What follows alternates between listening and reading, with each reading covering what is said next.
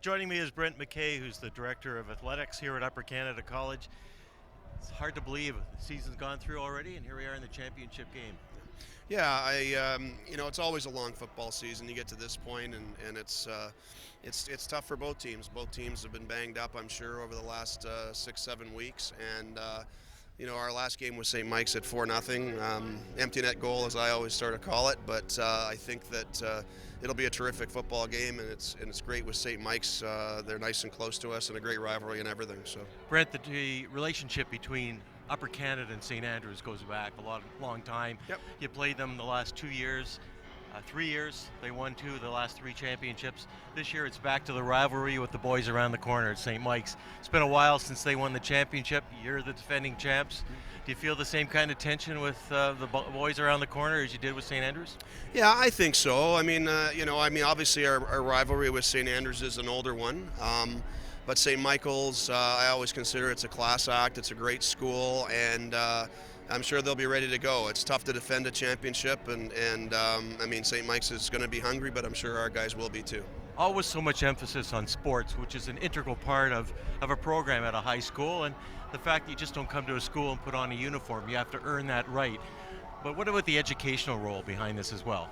Well, I think schools like ourselves, anyone in our league for that matter, that's the priority. Sports are big, obviously. We're all boys schools, and academically, our kids work hard. And in the long run, there's a few of our kids that go on, and the same as St. Mike's or St. Andrews, to careers maybe beyond high school and athletics. But for the most part, none of them are earning a living at it, or few are, but for the most part it is about where they're going to go educationally afterward. Something very important to you, and that is conditioning, fitness, how these kids perform, but also before they take to the field. If they're not in tip-top shape, they don't play. Yeah, we had the benefit about 4 years ago now of putting in a new fitness facility, full-time strength coach, which has been terrific for our boys. And I always sort of felt it would take a few years for it to show, any type of progress. And I think now we're benefiting from it greatly. I think kids are getting in there as early as grade 8 and grade 9. And when they're graduating in grade 12, they've been through a lot of work. So, head coach was telling me that this might be the smallest team in years and yet the most talented team in years. What's your reaction? Well, he's right. I don't think we're ever big. I've seen football here for 30 years now. We've had a few big guys, but the reality is they have good technique and they work really hard in practice, and we have to make up for that size disadvantage. Weather's held out. Is it going to be another pillow fight, or do you have a prediction on the score? I don't predict anything, David. You know that. I think it's going to be a great football game, and I hope it's close right down to the wire. Brent McKay, the Director of Athletics here at Upper Canada College. We're just minutes away from the kickoff of the Blues from Upper Canada College against the Carey Blues from around the corner at St. Michael's College.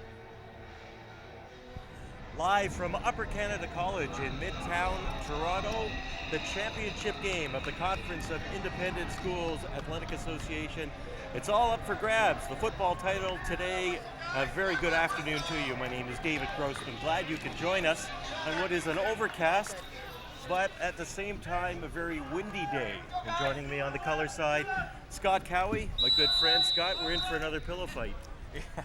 Well, let's hope it's a little more than a pillow fight. Here's the kickoff.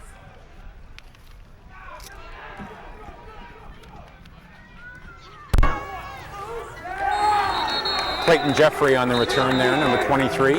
The reference, of course, was to the game played earlier this year between these two teams, ending with a 4-0 victory for Upper Canada. Some thought it was a soccer game, some thought it could have been a baseball match or a hockey game. Yeah. In fact, it was two very good defensive teams going at it. And St. Mike's will say that their quarterback was injured, and that was a factor. But here it is. Yeah. It's all up for grabs, the championship. And it was, I watched that game. It was our Friday Night Lights event, very well attended. And as you said, a big defensive struggle. I think both teams looking to put more points on the board.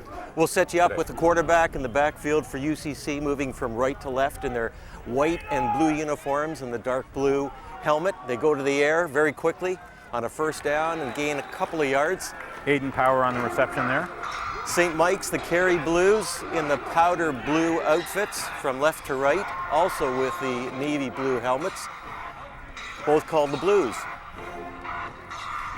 Yes, I think we're going to have to be very deliberate in identifying which Blues we're talking about. Well, we have a minute underway in this championship game, and Upper Canada has possession with second down and 8. It's going to be interesting to see what quarterback. That's Kibuget.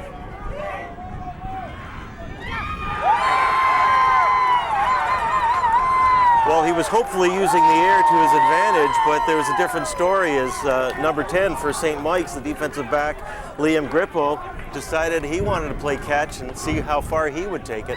So it's an exchange and downs. First down, St. Mike's with a big turnover, the first one of the game, now taking possession just inside their 50-yard line. You surprised they went to the air very quickly? Well, I think that they're trying to maybe make a statement coming out, and I did indicate that I think both teams are looking to score more points, and that was a big long pass. I think that's the only advantage to that play, that it was kept them well out of their zone. St. Mike's traditionally known for the ground game, and that's how they started out, with a run off the left tackle and a gain of about 5 yards. Referee for today's game, wearing the white hat, is Henry Chu, number 77. The umpire, Bob Pulowski. The head linesman, Rob Hand. The line judge, Jeff Harbin. And the back umpire is Richard Terrell. As we have a second down and let's just call it 5 for St. Mike's. Yeah, it'll be interesting to see what St. Mike's does here on this play, whether they come out running again, hoping for a similar gain, or whether they go to the air.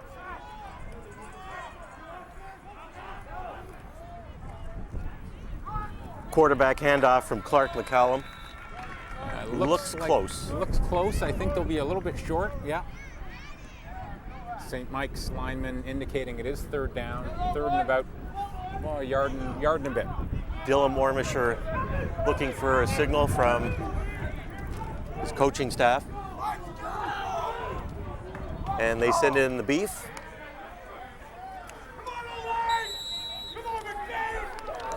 They'll be going for it on a third down.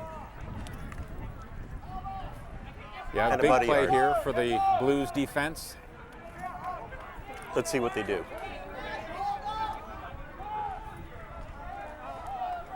Flags at both ends of the field. See who it's against. He does have enough for the first down, but is it interesting on a play like that, Scott? You've always had the defense pointing at the other team and the offense pointing the other way. The call, it's against Upper Canada. First down, St. Mike's. First down of the game. Yeah. It doesn't take much to get UCC excited knowing they're the defending champs. Definitely not. You know who's on the music? You gotta kill him.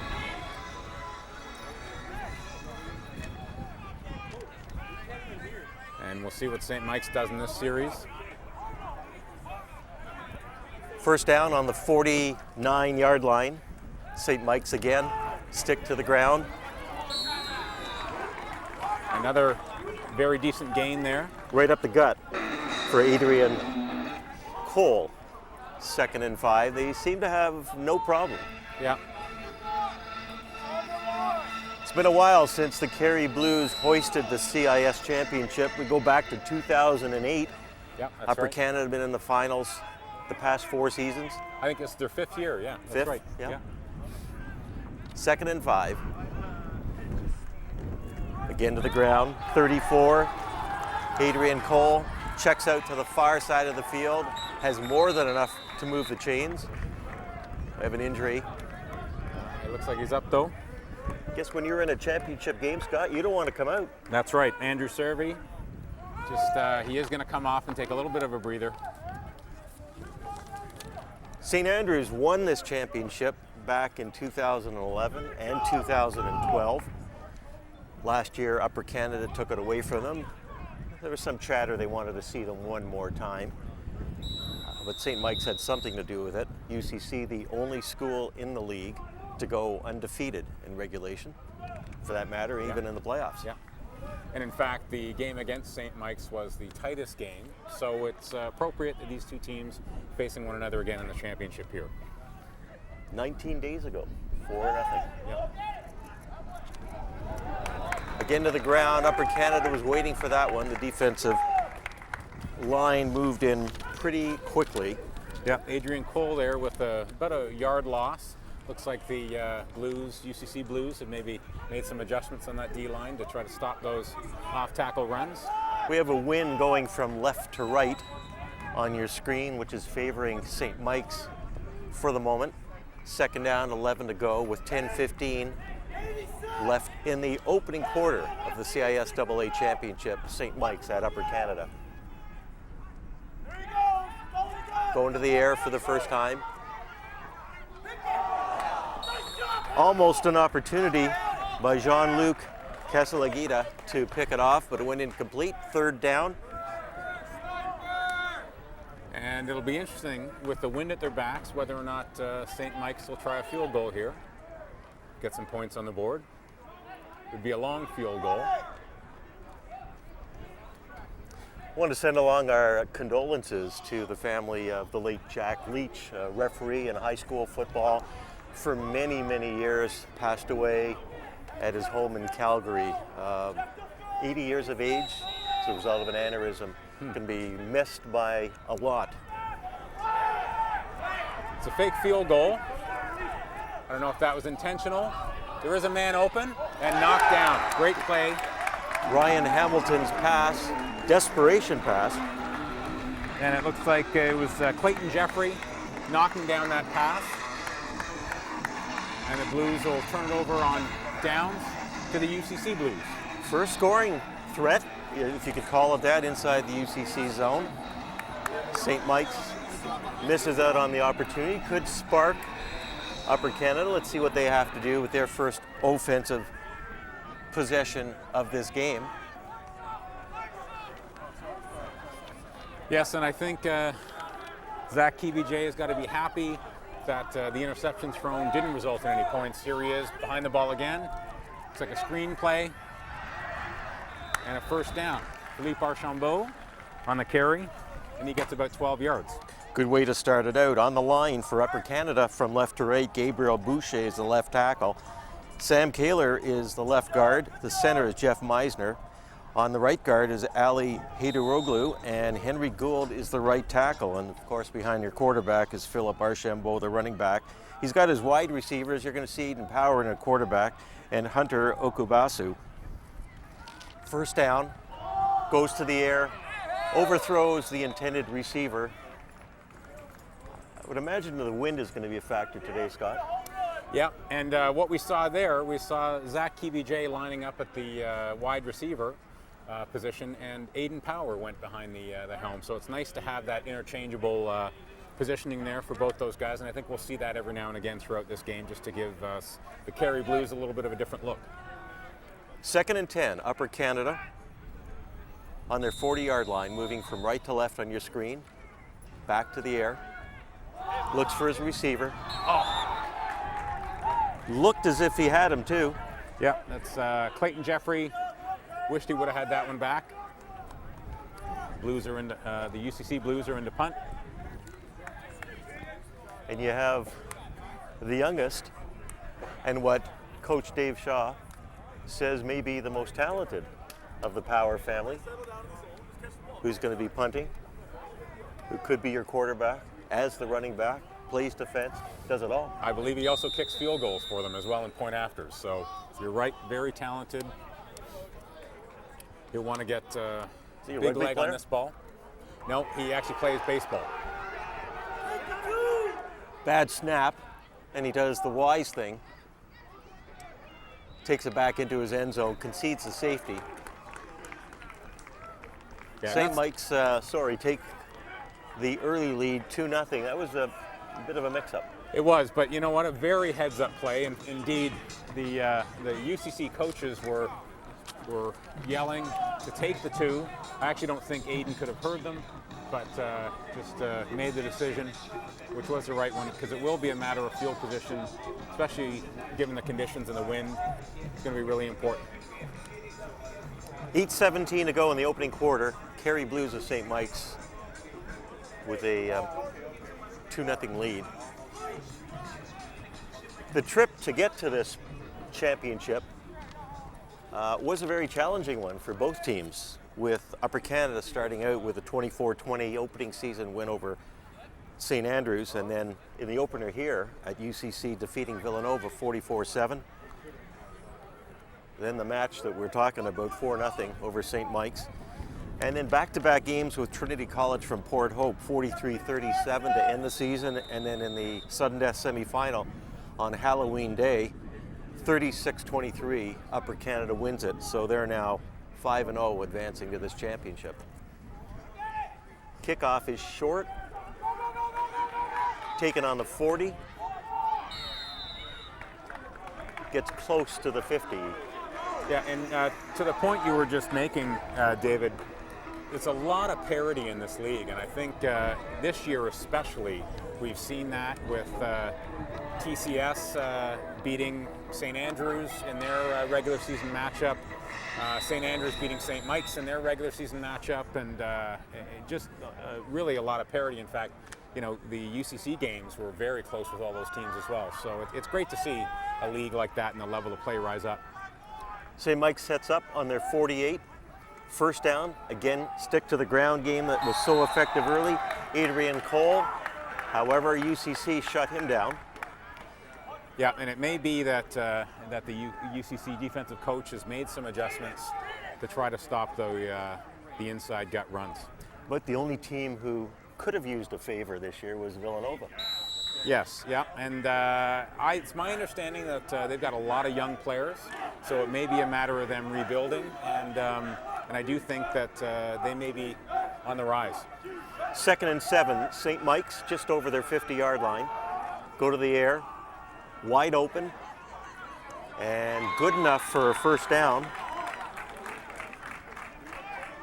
Clark McCallum finds his receiver, Dondre Ramsden. Yeah, Ramsden was wide open there. I don't know if that was a matter of just somebody didn't pick him up as they were dropping back into their pass routes, but that's something we're definitely going to have to adjust.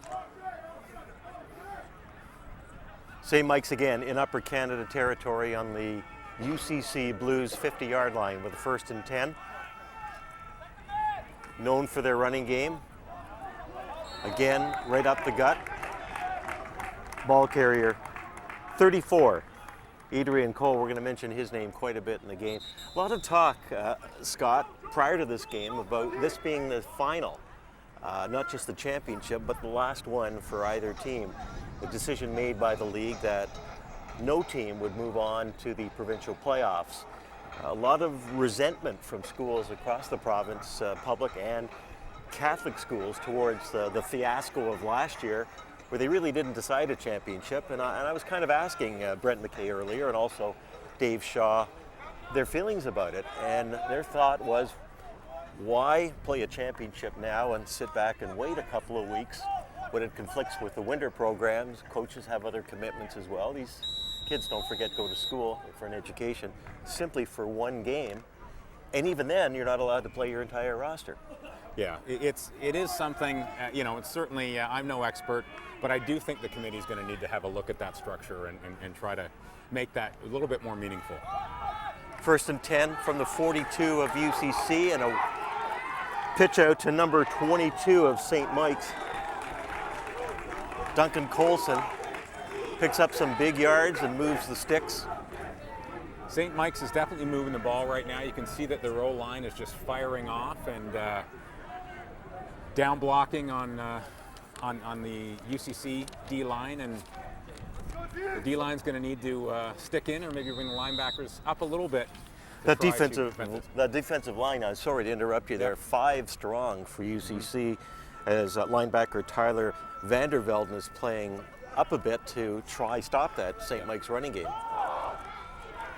Pitch out, there's a flag looking for space. It's usually a hold in that vicinity, and it is a hold on St. Mike's. Coming back. Coming back.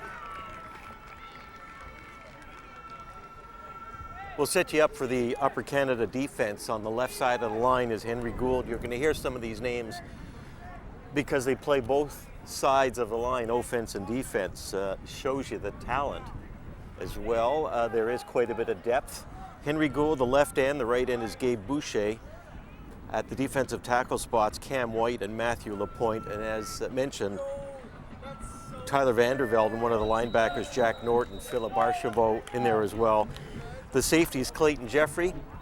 Corner linebackers are Eden Power, Jack Stevens, and the defensive backs, Kai Shida and Hannibal DePensier.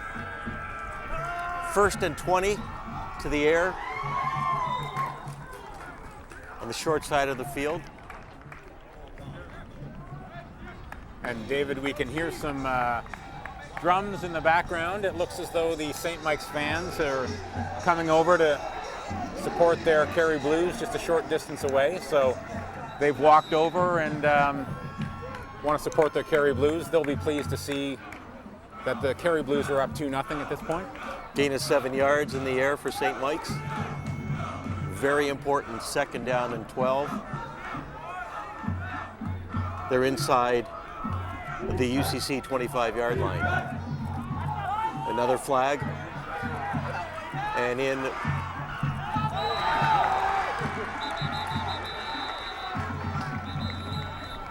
Now that could be an offside on UCC. Clark McCallum, the quarterback for St. Mike's, is saying somebody touched my face mask. There was a blitz up the middle there. I'm not certain what the call will be.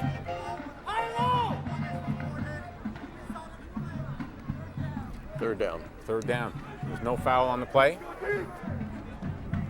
St. Mike's probably sent out the field goal unit again, I'd imagine. And remember last time they tried a fake field goal, whether that was intentional or not. We'll see what they do here.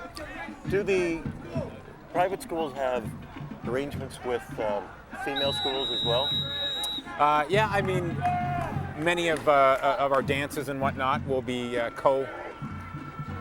Field goal attempt from the 45 is wide and also short. Marching back on the far right side with a lot of real estate. He's to the 50, down to the 40, 35, looking for one block, cutting to the inside. And right to the end zone. An outstanding run by Clayton Jeffrey. There's no flag on the play. It's about a 105-yard run. Wow. Can really change the tempo of this game with 3:49 gone just early in the first quarter in what appeared to be a very flat UCC start. Now they're on top. And that's high school football for you, David. I mean, it's a game of momentum shifts and changes. Actually, St. Mike's has looked dominant so far, gaining a lot of ground on their running game, and a touchdown like that, a big play by Clayton Jeffrey, just sort of shifts that momentum. So we'll see how the Kerry Blues respond after that. I was just checking the field to see if there were any orange flags, and there were none. Nope. Power sets up for the convert.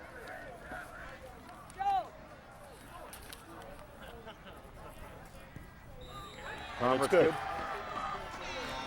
So a 105-yard wide and short field goal attempt by St. Mike's, returned by Clayton Jeffrey for a touchdown, puts Upper Canada ahead 7-2 over St. Mike's in the closing minutes of this first quarter. It's getting a little chilly.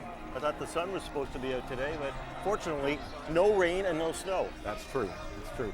And I bet you the St. Mike's coaches will want to review their special teams. And I mean, it's so difficult sometimes to get that coverage on a missed field goal. As the wind picks up.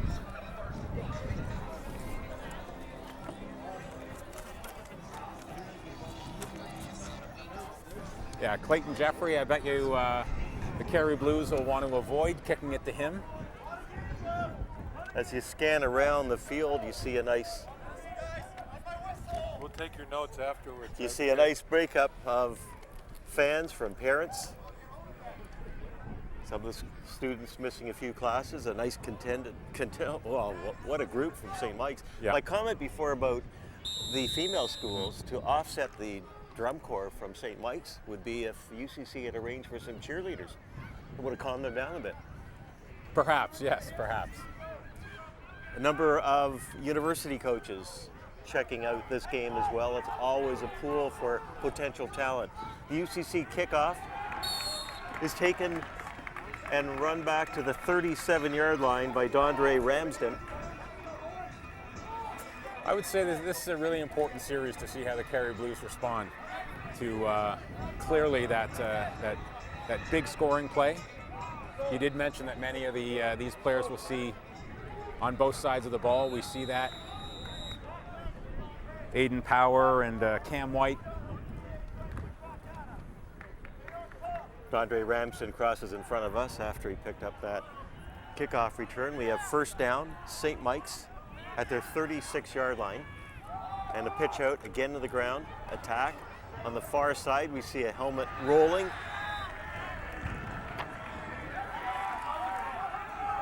Ross Graham picking up his helmet, or sorry, not Ross Graham, it was Kai Shida. Referees discussing the placement of where the ball goes, and it'll look like it's second down and 6. 3 minutes to go in the opening quarter. If you're just joining us, this is the CISAA Football Championship.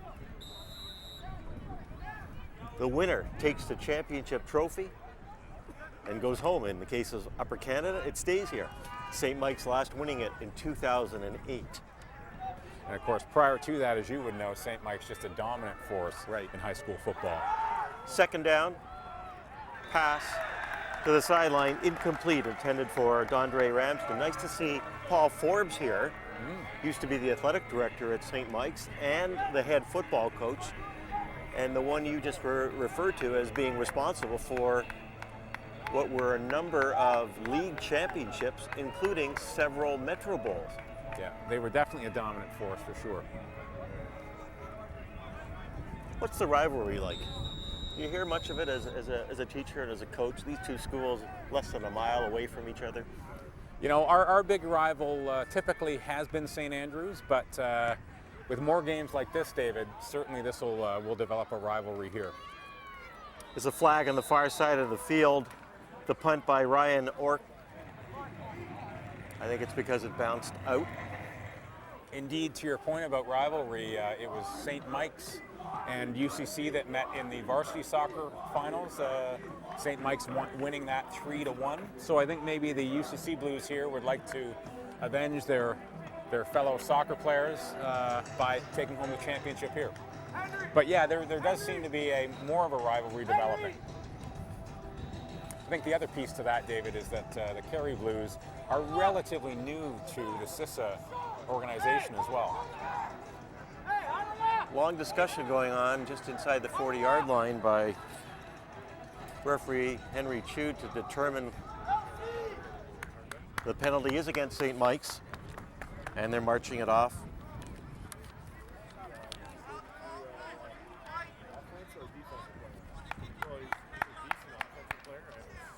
Legal block is the official call. Yeah, against St. Mike's. The O-line coach Adam Bastard doing his best to influence the referee and remind him. Adam actually played in Winnipeg for the CFL, so he's a great asset to the coaching staff here at UCC. First down, 10 to go from the UCC 50, moving from right to left. Pass complete. Number 2, LC Hebert, stretches, doesn't have enough for the first down, but pretty close. And it is what we were talking about, David, with that momentum. It does seem after that big scoring play, UCC comes out. That's probably one of their longest gains on a first down the whole game. Just a friendly reminder from coaches to officials. Did you do a lot of that stuff in your day? Just a little bit. You need to be. You need to walk that line. And no intimidation. Just want to remind you, yes, coach. That's yes, all, right? Yeah. You're doing a great job. Exactly. Second down, 1 to go. UCC actually in St. Mike's territory. Handoff, tucks the ball on his right side, looks for room, and he marches forward. And who is that? Number 34. Philippe Archambault. A big gain there, probably gained about 9 or 10, only needed 1. Archambault fills a spot that could have been, was vacated by Chris Samoa. Yes. Doing very well now for Laval. He's 13th in rushing in the country for a rookie. Yes. 500 yards. And just a really quality guy. Chris is a great kid, and it's great to see him having much success at Laval. UCC, first down. incompleted pass. Not sure if that was tipped. It may have been tipped, but a lot of pressure on Zach Kibije there. Power picked it up like a shortstop on the one bounce. Well, that is one of his other sports, is baseball. I get the feeling this kid can do everything. Is he not the principal of the school, or is that his father? That's his father, for sure. Okay. 2nd and 10, Upper Canada. The closing minute of this opening quarter. 4 receivers to the far right. Doesn't get a chance to get it away.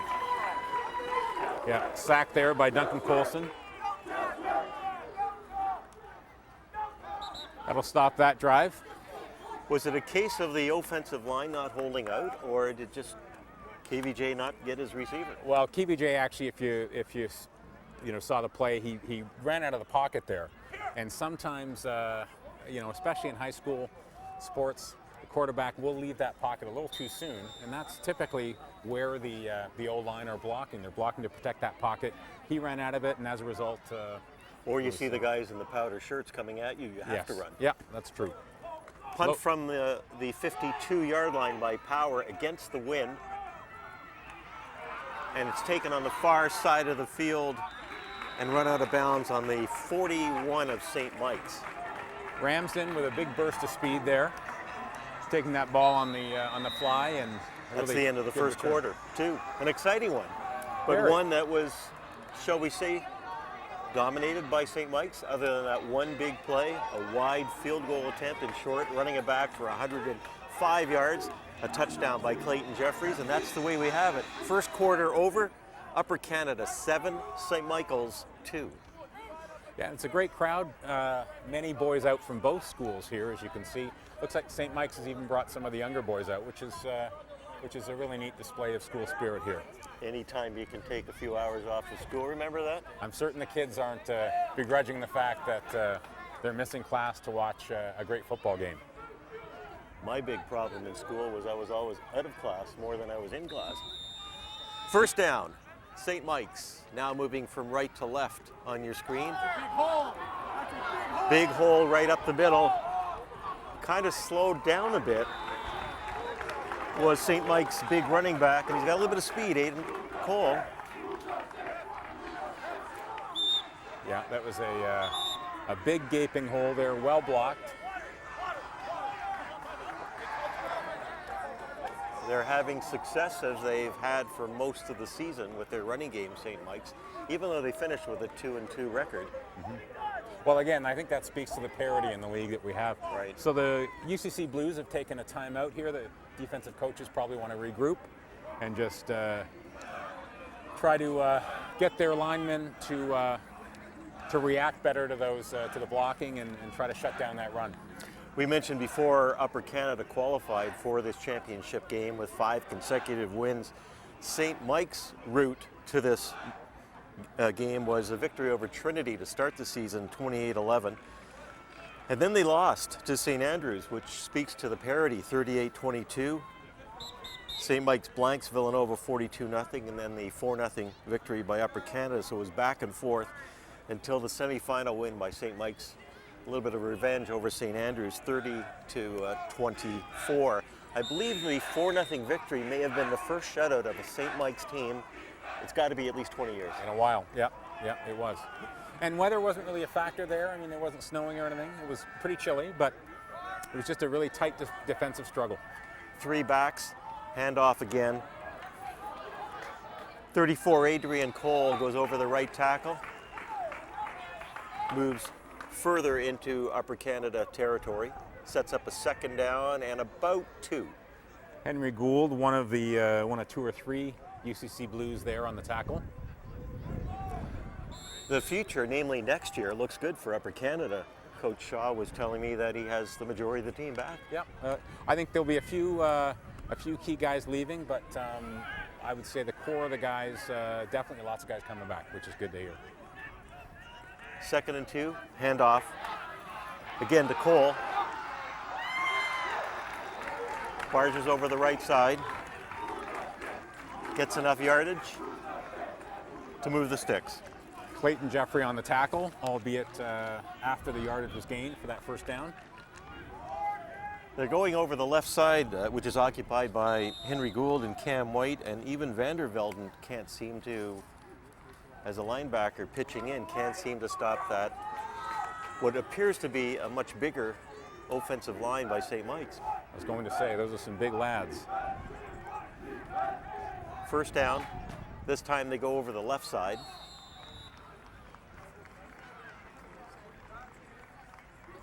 And looks like they've gained about 5 or 6, maybe call it 5. Inside the red zone. John, finish it now, John! Finish it now! St. Mike's coach is asking to finish the job, and Yeah, if you do look at the size of some of the guys on that St. Mike's O-line. John Sawicki, for example, number 74, probably one of the biggest. second down, about 5 yards to go. This time they try Liam Grippo. It is third down. It'll be interesting to see what they do here. It's about 1.5 yards, call it 2. Quarterback McCallum looking to the sidelines for instructions. Coaching staff looks like they're going to go for it.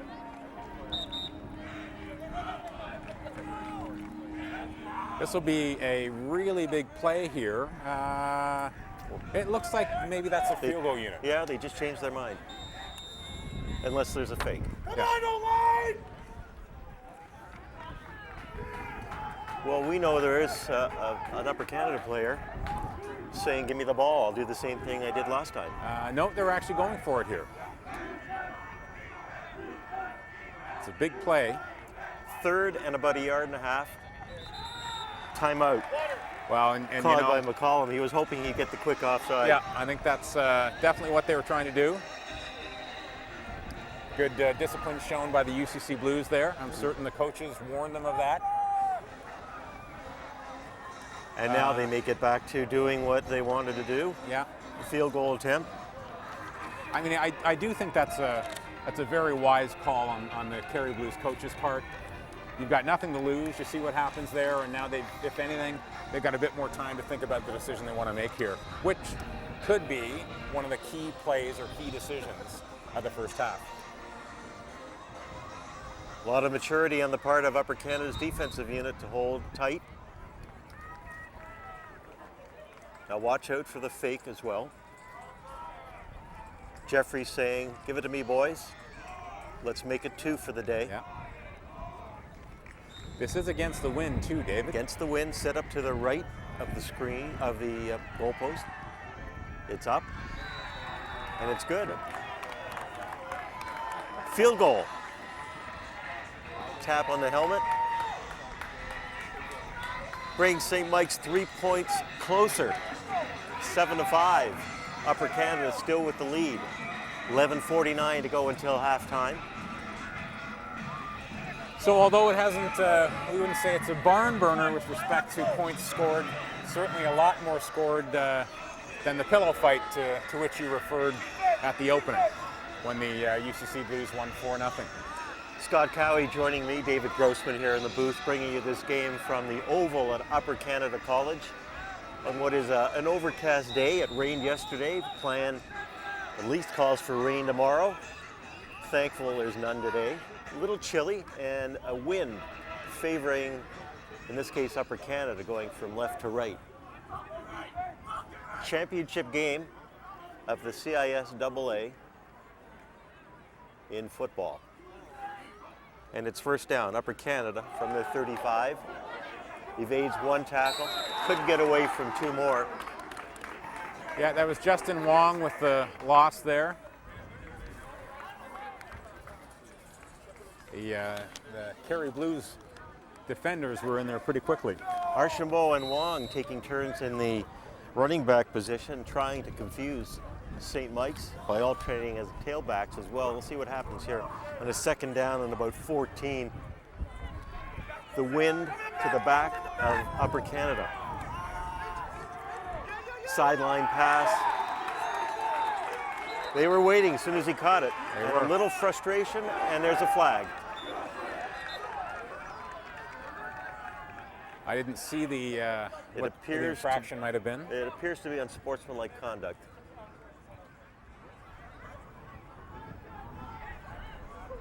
We'll find out.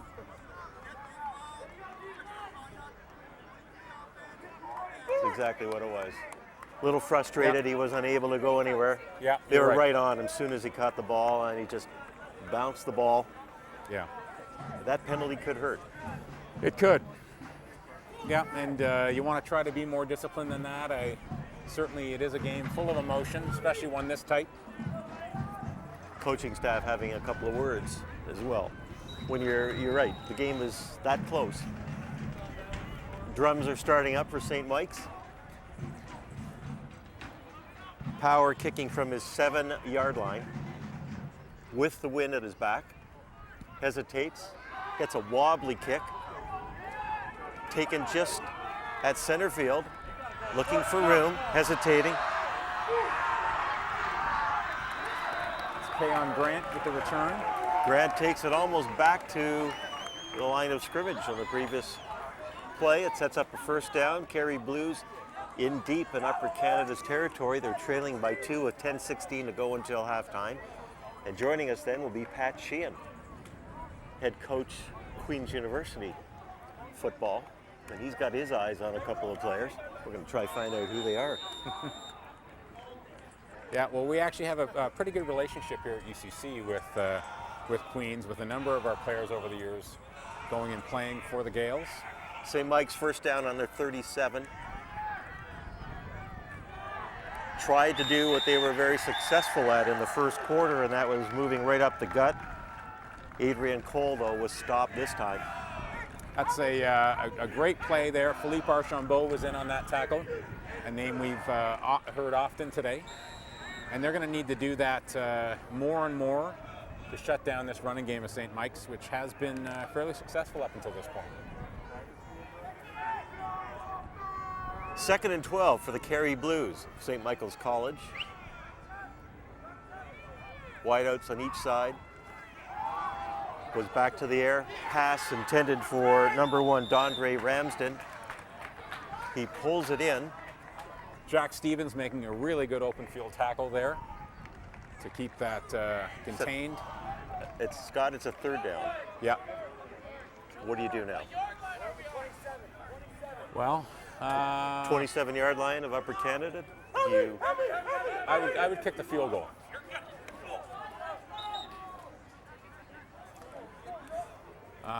Danny Lumsden, St. Michael's defensive coach, just sent in a play. We'll see what that's all about. Daniel actually worked at UCC for a little bit, so we know Daniel quite well. I think he's a former St. Mike's grad and played at St. FX. Right, Good absolutely. career there. Timeout called by St. Mike's. They had the wishbone. Yeah, I think they maybe want to think about that one for a little bit. 8:39 to go until halftime. Upper Canada leading 7-5. You'd sort of wonder why you don't go for the field goal, unless. Well, that's maybe what they're talking about right now. That would, 3 points would put them ahead, but they are against the wind, and that's probably about a 33-yard field goal. Actually, it'd be more than that. I think it'd be maybe 37 yards. So, and plus, of course, that's how UCC scored their touchdown, was off of a missed field goal. So lots to consider here. Had a chance to see UCC practice last night. Seemed very relaxed, taking it as if it's just another game. They took a drive down the block to see St. Mike's also in the rain, and they just seem very tight.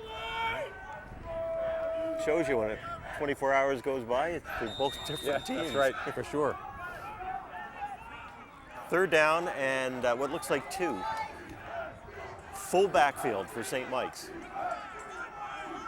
Oh, and 62 jumps quickly. Lino Nicoletti for St. Mike's. Coaching staff just reminded him that marches it back 5. Forget about that. That's a costly penalty.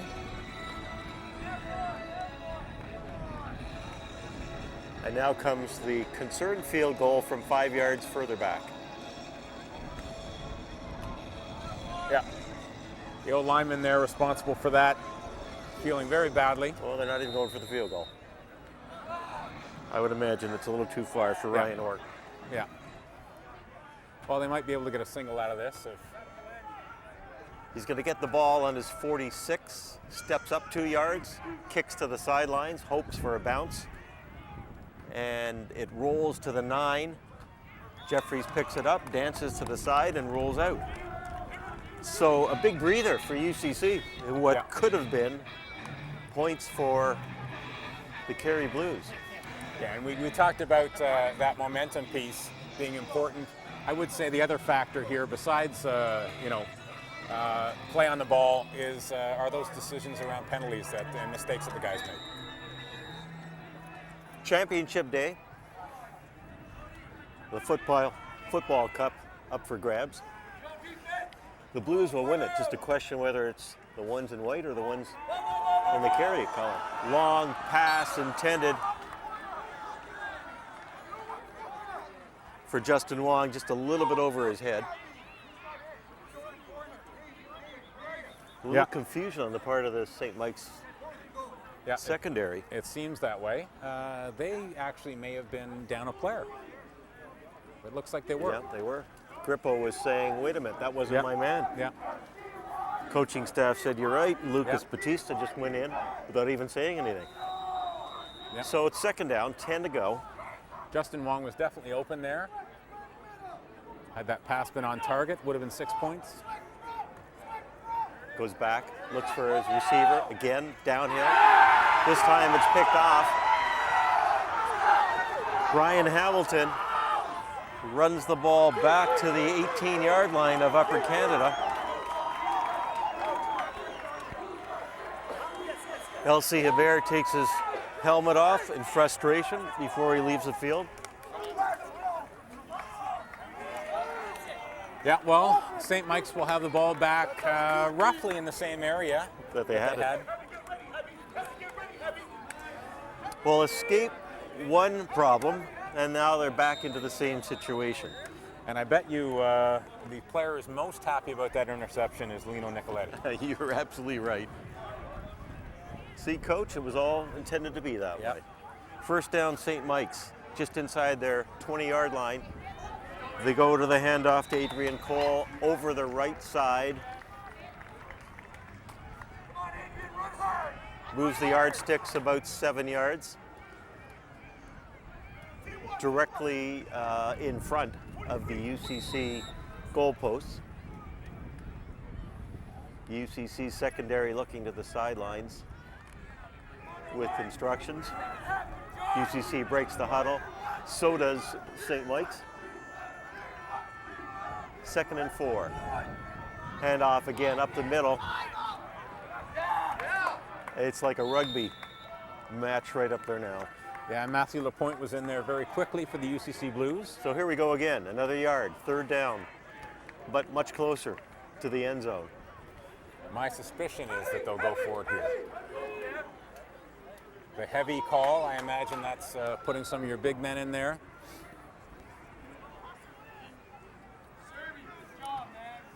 Yep, they need less than a yard.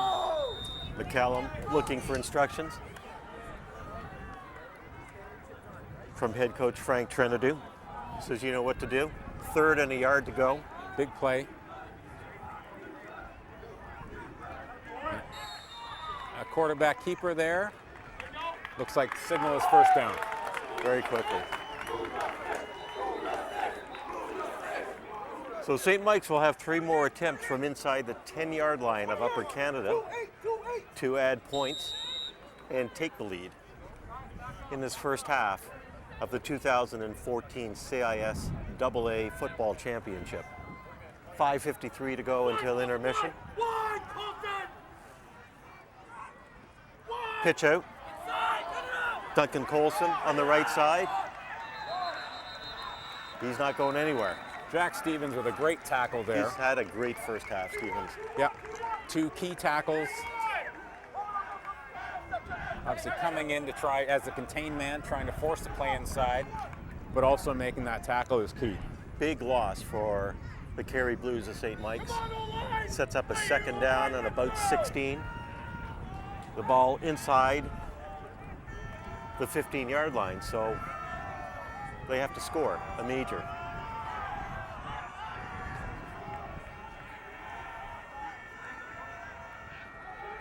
Back to pass. McCallum. The signal on the far side is he did not get in. Here we go again, third down from the 1. McCallum has his own plan, looking for instructions from Trinity. Lumsden is the one who's telling him what to do.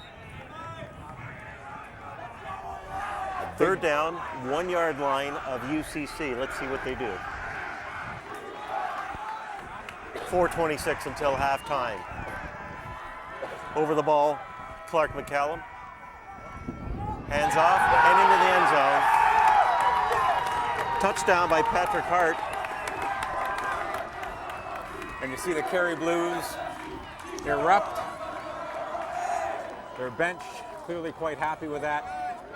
And that represents the first touchdown scored against UCC by the Kerry Blues this season. And it took them almost 6 quarters to do it. That's right. They probably feel good with that off their backs. And we'll see how the UCC Blues respond. We didn't even have to look at the end zone. We just had to hear the reaction from the bench to the right of us. Convert attempt is up, just over the edge, and it's good. St. Mike's again take the lead. This time it's 12-7 in what is a teeter-totter back and forth, you lead, I lead game. 4:16 to go until intermission. Yeah, and I think the fact that it is such a tight game, again, really speaks to the parity between these two teams and the league itself, as we've talked about. And it'll be interesting to see how the UCC Blues respond. I'm certain they'd love to get some points on the board just before the half. Had a chance to talk to Dave Shaw just before the game, the head coach of UCC, and I asked him, what do you tell your players just before a championship game? And he looked at me and said, you don't have to tell them much. They actually know what has to be done and how to get the job done. I'm sure he had a few words of advice as we prepare for the kickoff.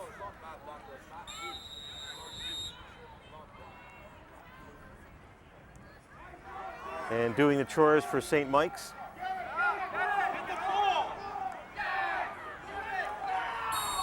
Jeffrey picks the ball up. Upper Canada's offense go to work on their own 30-yard line with a first down and a lot of real estate to go.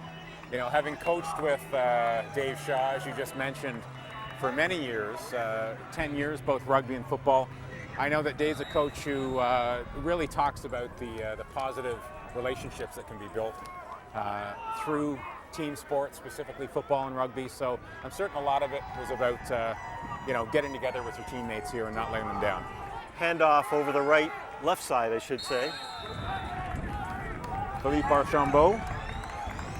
Nice gain of about 9 yards. A lot of power.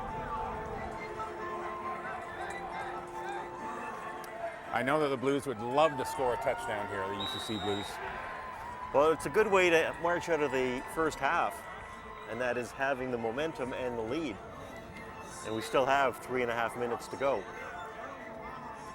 Second down about a yard from the Upper Canada 40-yard line. They're wearing their whites with the navy blue helmets. St. Michael's with the powder blue, also navy blue helmets with the big M. I think his knees were down on that. And I think you should have gained the first down. Yeah, the signal from the ref is the first down. But that is the risk in reaching out for that first down. Quite often we'll see fumbles caused by a player who wants to gain that extra 2 or 3 inches. Liam Grippo, number 10 for St. Mike's, leaned over, was looking at the officials and said, I got the ball, it's ours. By then, of course, it was already determined. First down, Upper Canada at their 43-yard line. Goes to the air and a nice catch. Very nice catch by L.C. Hebert. He's a tough defender when he's in the defensive backfield for Upper Canada. The blue, I was going to say the UCC Blues really coming out quickly here. That should be Flags. offside.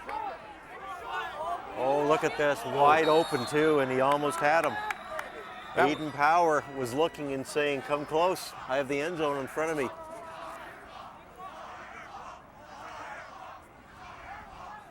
Power We'll getting a see. little razzing there from the St. Michael's fans.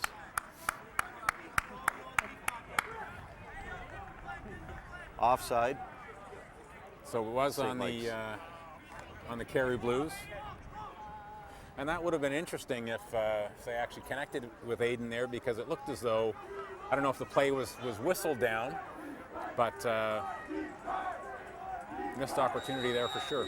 1st and 5, we Upper s- Canada on the 50-yard line of St. Mike's. You see Aiden Powers in at quarterback there for that reason, probably.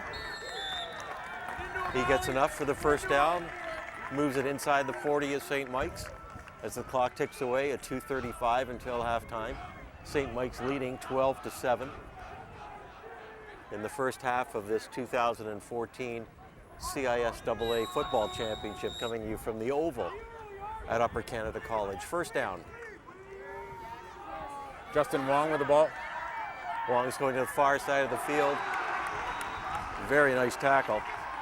Very nice tackle after a gain of about 5. And you see they've got Aiden Power in at quarterback right now. Grant With, with the tackle on the play makes it 2nd and 6. Scott? And we'll see maybe Zach KBJ is going to head back to, oh, we have a timeout here maybe? Refreshment timeout. Yes. 12-7. St. Mike's as the wind starts to pick up a bit.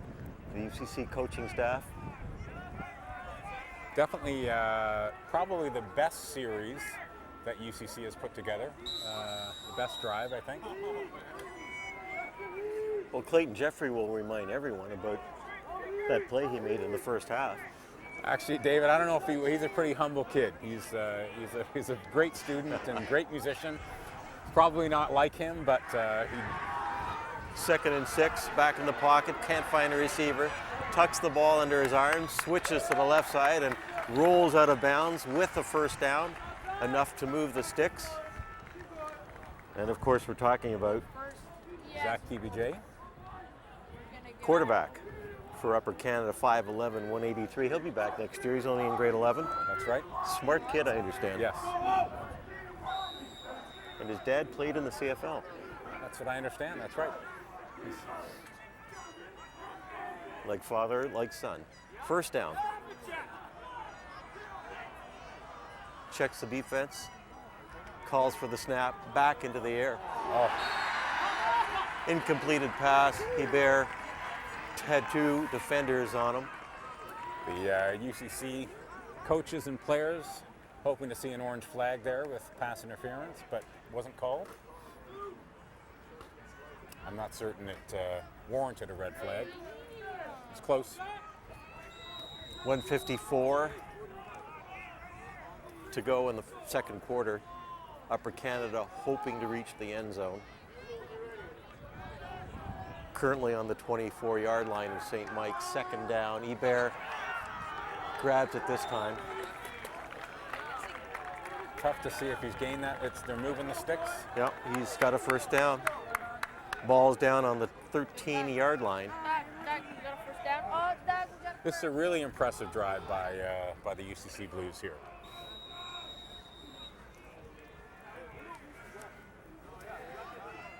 .142 until halftime.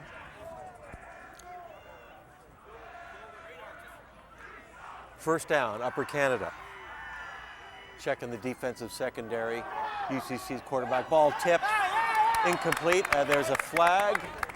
Hebert says it's against St. Mike's. Pass interference. We'll see what the officials have to say about it. Yeah, this will be an interesting call. St. Mike's says it's against Upper Canada. Upper Canada says it's against St. Mike's.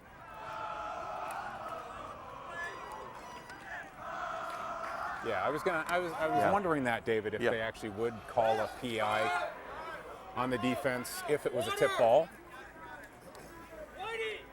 Henry Chu says, gentlemen, let's get back to playing football. So timeout UCC. Second down for Upper Canada. I mean, so clearly the UCC Blues want to put some points on the board here, but if nothing comes of this drive, I think it will build their confidence, and as we've seen them really march the ball on an impressive drive, pretty much down the field here. The Upper Canada coaches deliberating with their quarterback as to what play to call. Obviously faced with a second down and key yards. If they don't get it, do you go for it or do you aim for the field goal? That's a good question. They actually could gain a first down here and still have some time to get into the end zone. It would be about, I guess they need to get on the 3rd or 4 yard line. Zachary KVJ, number 9, the quarterback for Upper Canada, takes the play from the coaches, tells his teammates, gentlemen, this is what we have to do, and let's see what happens. Second down, goes to the air, looks, incomplete. Everybody was looking on the ground trying to see if there was a flag. Yeah. Field goal unit is coming in for UCC.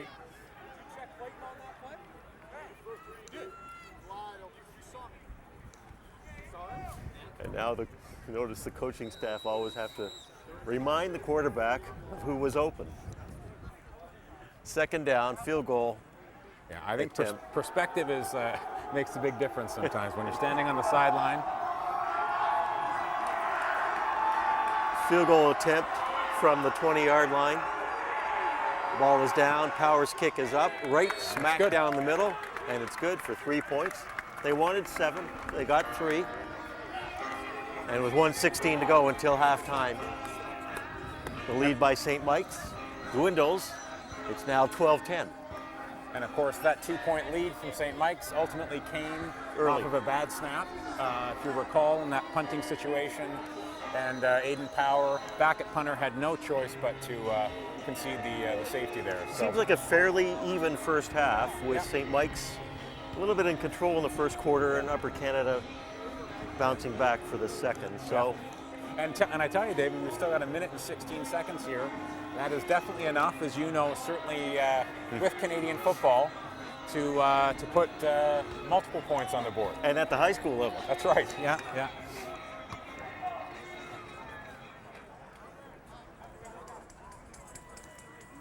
You think they'll put lights in here one day?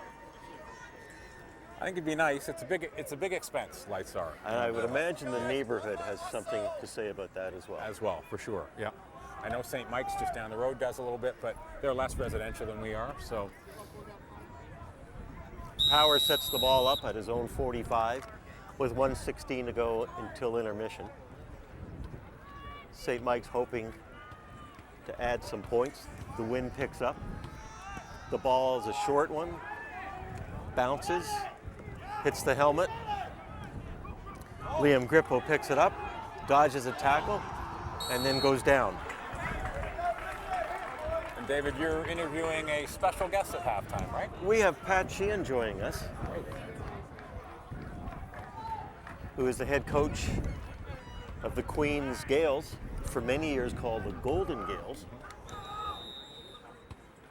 And that relationship that Queens has with Upper Canada has been very strong. Biederman being one of the names that comes to mind, offensive lineman. Yeah. Philippe Champagne as well. Mm-hmm. Jimmy Tarian more recently. First down, St. Mike's. Go to the right side. Look for some territory. Not going to happen in this one. That's Adrian Cole. We actually have a couple of boys, I think, playing right now. Peter Hannon plays for Queens as well. So you're right, a pretty long-standing relationship. It looks to get into Queens as well, Scott, you've got to have the grades. Yeah, yeah. And that's why it's a good fit for our boys, because they are pretty high-achieving scholars usually with our IB program here, and it seems to be a good match. Second down, 8 yards for St. Mike's. Handoff Cole goes over the right side, left side. Ball is punched out. And it remains to see from a mountain of St. Mike's recovered. And standing up last was Keon Grant with the ball. No problems, Coach, I got it, it's ours. Yeah, 35 seconds to go until halftime, and they're at the center yellow spot. Scott, go ahead, sorry. I was going to say that would have been an interesting turnover at that point in the game. Low snap. Cole having a little difficulty looking for some land. Yeah, when you've got big number 34, Philippe Archambault, bearing right down on you. McCallum says, what do you do, Coach? We have time for one play. Do we throw the bomb, hope for pass interference, get another shot, or do we play it safe and stick on the ground? Let's see what happens. 54-yard line of St. Mike's. Looks like they're going to pass. And center screen. Gets right back to the line of scrimmage. And Gad Boucher read that really nicely, actually. Saw what was developing. There's the signal from Henry Chu. Signals the end of the first half as the two teams will go to their respective dressing rooms to recap what happened in the first 2 quarters of this championship game for 2014. St. Mike's takes the lead with them 12-10 in what has been an entertaining first half. Weather holding out, we're going to take a timeout, talk to the head coach from Queen's University, and return for the second half from Upper Canada College's Oval in Midtown Toronto, the 2014 football championship game. Joining me at halftime of the 2014 CISAA Championship, a good friend, a head coach, the Queen's University Gales. I didn't say golden, but they are golden, and so are you. And talking about Pat Sheehan, Coach, what do you think of that first half? I thought it was a great first half of football. I was impressed with the overall quality of play, the disciplined approach. Both teams are very well coached. They play good system football. There was some good fundamentals, some great plays, some good runs. There were some good catches, some fine quarterback play, and some real talented athletes. So it's great to be here, and it's it's playoff football time in Canada, and no better place to be.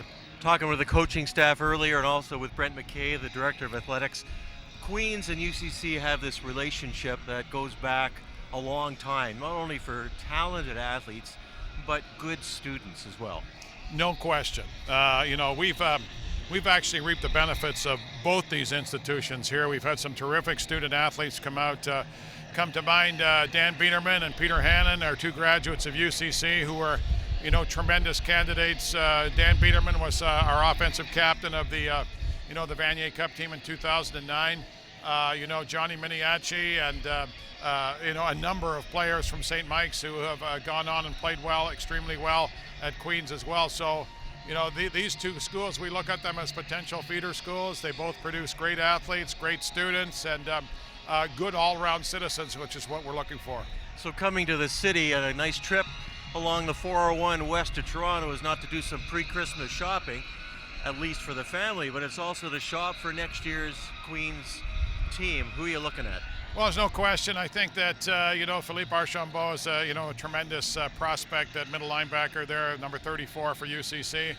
I think that Louis-Christophe Hébert, the receiver, number 2, is another outstanding prospect. I think that Big John Zawicki, the left tackle, number 74 from St. Mike's, and Pierre Lemieux, number 43, the linebacker from St. Mike's as well. Those are all pretty good football players. And then there's a number of underclassmen too, grade 11s, that this is a good time to cozy up to them and get them on the radar, because there's some great potential there as well. Pat Sheehan, the head coach of the Queen's University Football Gales, joining me at halftime of the CISAA Football Championship for 2014 with St. Mike's ahead by a safety, 12-10. These kids want to continue their education. At the same time, they also want to play football. For many, many years, there were 4 initials that come to the mind of a lot of these kids, and that's NCAA. How do you convince them that those 3 initials of CIS are just as valuable to them? And in the case of the players you're looking for, they're talking Ivy League. They got the marks to get in there. What's the strategy to say to them, no, stay home? Well, I don't really engage in that kind of talk too much, David, to be honest with you. I think that,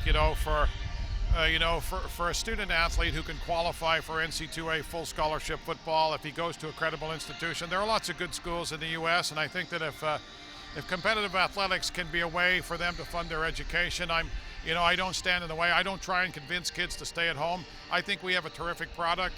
In many ways, we're looking for apples and oranges. We're looking for that good all-round student athlete. We're looking for great students, okay, with very capable athletic ability, kids that are going to go on and be the president of the bank and a variety of other companies, etc. In many ways, we're looking for a kid who's headed down a different stream. There are some kids, who go to the NC2A whose careers do not flourish, and perhaps they would be better served staying in Canada, but every student athlete has to make up his own mind and chase his dream. For the ones whose dream ends up at Queen's, we know that it's going to end up in a good place. One more question before we let you go. A lot of Canadians are realizing they can make it to the pros in baseball and in hockey and in basketball and also in football. You see that over the next 10 years happening with Canadian university football, a lot of these kids moving on to the big time, or is it going to be a struggle, the future of university football? Well, it's always a challenge, but I think there's no question that the quality of our coaching in the CIS and at the minor levels, is vastly improved over previous decades. I think the kids are much more aware of off-season training, development. I think the parents are much more in tune with development, so I think you're going to see that Canadian football athletes are going to continue to flourish. There's lots of them playing in the NC2A. There's an outstanding crop in the CIS, and a great number that are moving on to pro football in the CFL, and you're starting to see some of them make it to the NFL. So there's no question that the whole pyramid is getting better, and I think that just speaks to the coaching that they're getting at minor levels. A great institution, Queen's University, and a great football program as well, the Queen's Gales, and a great coach. Pat Sheehan, thanks for joining us. All the best to you. My pleasure to be here, and see you again, David. Thank you. Second half of today's football championship, the CISAA title up for grabs. Upper Canada kicking off from left to white, or left to right, I should say, wearing their whites. Dondre Ramsden on the return. First down for St. Mike's at their 40-yard line. We're coming to you from the oval of Upper Canada College. That's the name for the field, Midtown Toronto. Want to say hello to all the Upper Canada alumni, and for that matter, St. Mike's alumni, and fans around the world of football. 14:44 to go in the third quarter of what has been an entertaining first half, with St. Mike's now leading 12-10. And St. Mike's going right back to that running game. That was fairly successful for them in the first half. But it does seem as though UCC may have made some adjustments there. As Adrian Cole, the ball carrier there, had a gain of about 2. Each team has a touchdown. First one coming from Upper Canada, and a beautiful one that was. Clayton Jeffrey returning a short and wide field goal attempt, 105 yards with 3:49 to go in the first quarter.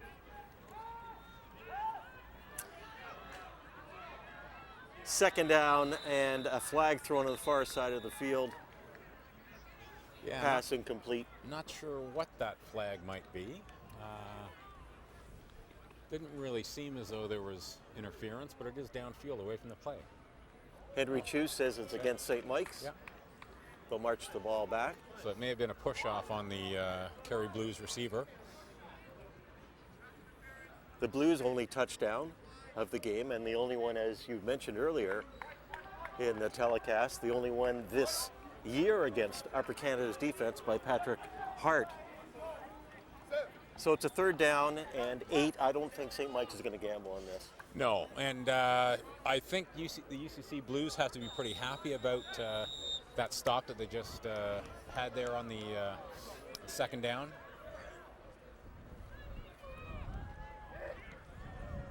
Punt, wobbly, the wind holding it up and bouncing out at the 53-yard line of St. Mike's. So going to the attack, Upper Canada. We'll see what Zachary TVJ has to say with the UCC Blues after the halftime discussion. Well, and the Blues did have they finished the half in very strong fashion. Remember, with a fairly impressive drive that got them 3 points, a little bit closer to St. Mike's. So they'll obviously want to sustain that momentum if they can. First down at the 53 of St. Mike's. 2 receivers wide. Fake handoff to Wong. Turning around, looking for help. Then throwing to a wide open Hunter Okubasu. His first grab of the day. Fair to assume, Scott Cowie, that was a broken play? I think it was a broken play, but boy, I wish we had instant replay here. The athleticism that Aiden Power showed there. To scramble out, I actually think that was supposed to be a running play for him. But to see that it was shut down and then to scramble out and actually throw on his off foot, very impressive. TVJ looking to the right, gets Hebert. Very quickly tackled. After a gain of about 7, maybe? Nope, about 5. But they're moving the ball. First down, Upper Canada. Hunter comes off. Another play comes in. UCC at the 11-yard line of St. Mike's. Snap, TVJ. Oh, and it's picked off. Right into the arms. 40, 45. He's up to half. Looking for some blocking. Cheered on by his fans. Gordon White takes the ball all the way. It's almost a repeat of what we saw with Clayton Jeffrey, covering the entire field. Yeah, and that's a big player running that distance as well. And there come the drums.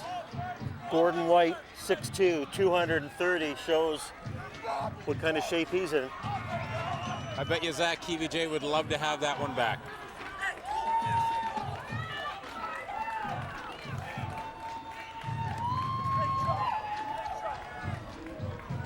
So that's 2 huge big gainers we've seen for touchdowns on both sides of the ball here, David. Now, where are they marking the ball?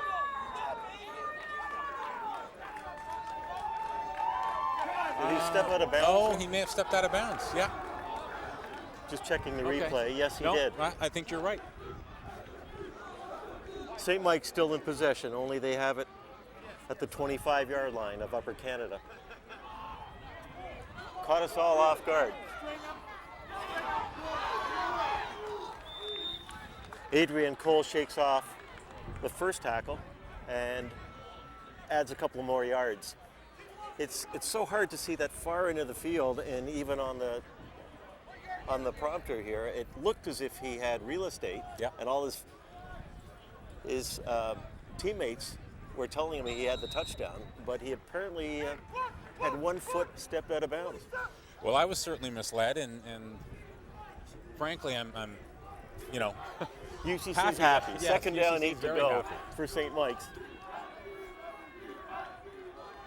See what the plan is from Clark McCallum. Again, let's run with the ball, but it wasn't going to work. Martin Ford. Yep, the play was shut down there by Connor Moore and Jack Norton, respectively. Sets up a third down. And this is would be a long field goal. Talk about a balloon being burst for St. Mike's offense. They thought they had 7 points, at least 6 points, with a possible 7th on the convert, and they're attempting a field goal.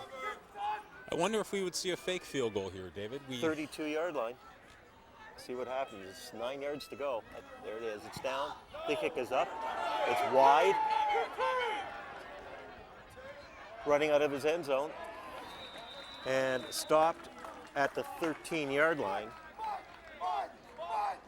Sigh of relief from the UCC bench.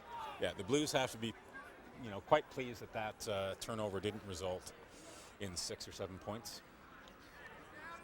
The difference in this game being the safety early in the first quarter that gave the Kerry Blues 2 points and the 2-point lead with just under 10 minutes to go in the third quarter. Upper Canada hoping to retain the trophy they won last year. And St. Mike's hoping to win back the trophy that they owned for a good part of the early 2000s. It's Philippe Archambault on the carry. And David, just off in the distance, if you can see the line of UCC junior varsity football team actually heading over to St. Mike's to play St. Mike's in the junior varsity championship today. It's a bit of a double whammy. Now what I understand is UCC walks to St. Mike's, but St. Mike's takes a bus to come here. Okay. Pass down the middle to Hebert, knocked away on the hit by Ryan Hamilton. 45 sets up a third down kicking situation for Mr. Power and the Upper Canada Blues. Just a couple of days away from the 4th, from Remembrance Day, I should say, the 11th day, the 11th month. Time to honor the memories of the courageous veterans.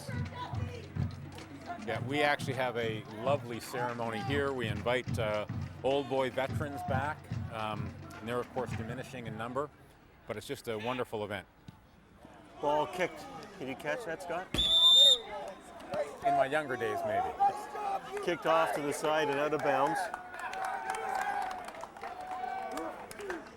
He wants that one back. And meanwhile, St. Mike says, thank you. We'll take it just where it is. So they'll have good field position on about the UCC Blue 39-yard line. Henry Chu signals first down for the Blues.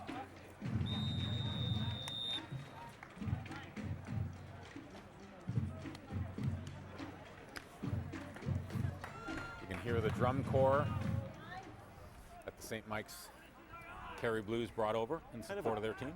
Quiet sidelines here for both teams. The handoff up the middle, number 6, Jaden Washington for the first time in the game.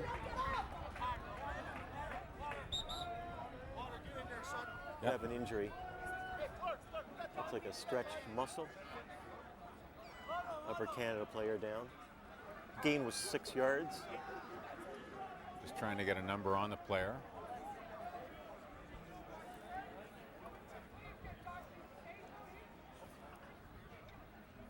The ball is on the 33-yard line of Upper Canada. St. Mike's leading this 2014 championship game. 12-10, low scoring. I would have thought it'd be a little higher. I believe that's Philippe Archambault down. Let's hope he's not seriously hurt and able to return to the game. It would be a big blow for the UCC Blues for sure. Pat Sheehan is hoping this young man decides to go to Kingston rather than reports of him looking at an Ivy League school, i.e. Dartmouth. Well, again, he's a very bright student, good scholar, and probably will have a few options. 6'2", 211, and a Lang Scholar at Upper Canada. Credible leader. He is up. I haven't seen him put any weight on that foot yet. It initially looked like a muscle pull, but I would...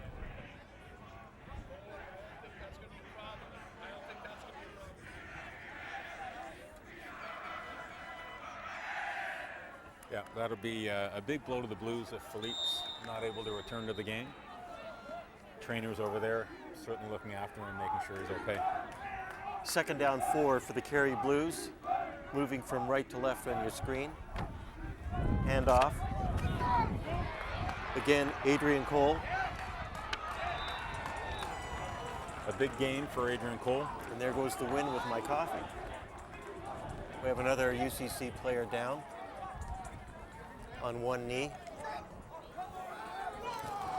And he's back up. Good to see that. Matthew Lapointe.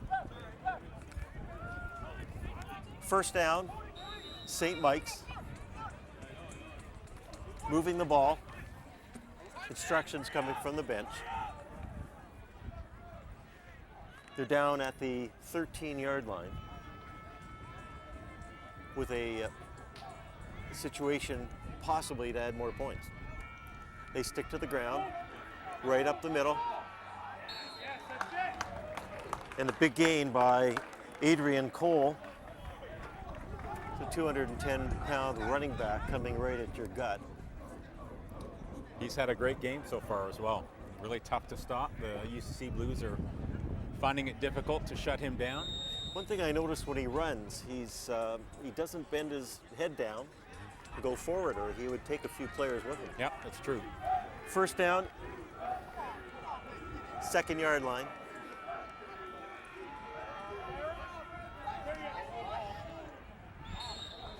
Tyler Vandervelden with a big stop there. Yeah. Stuck him right at the line. There goes the call for the heavyweights.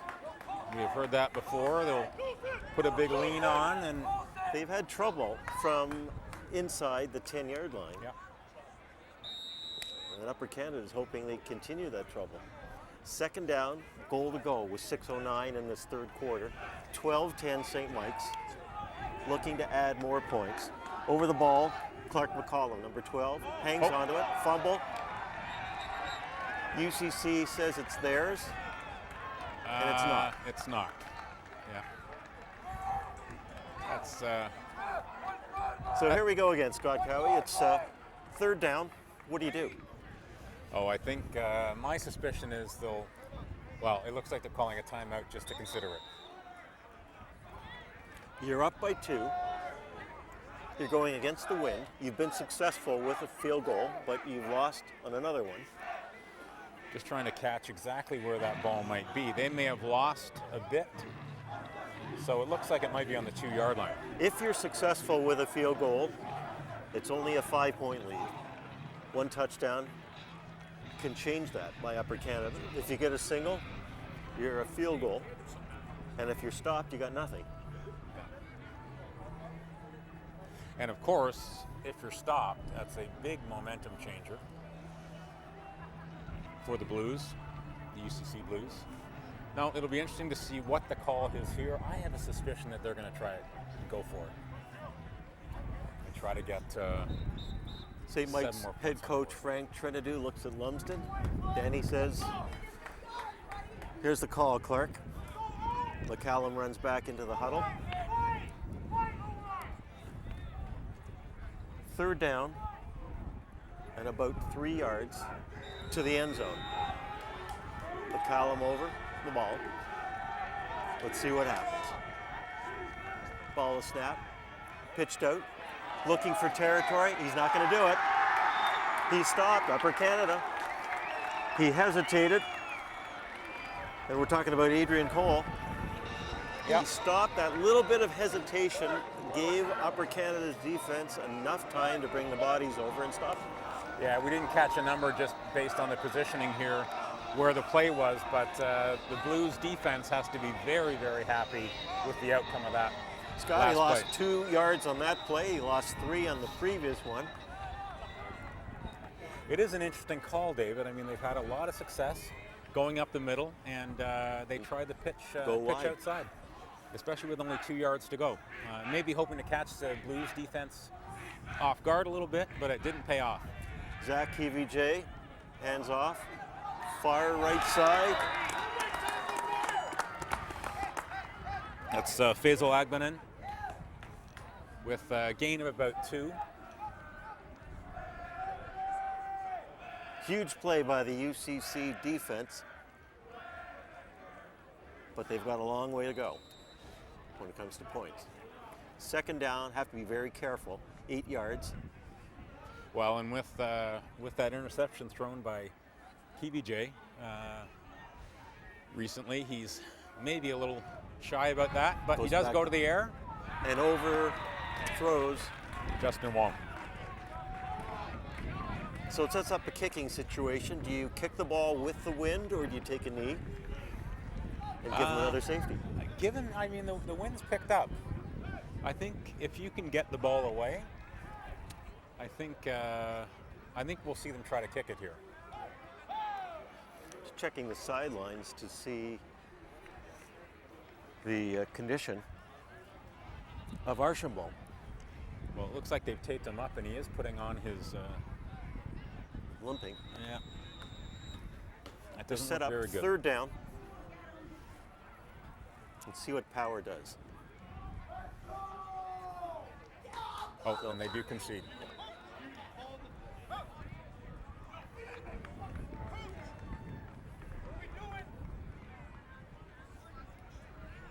So the second safety conceded by Upper Canada in the game.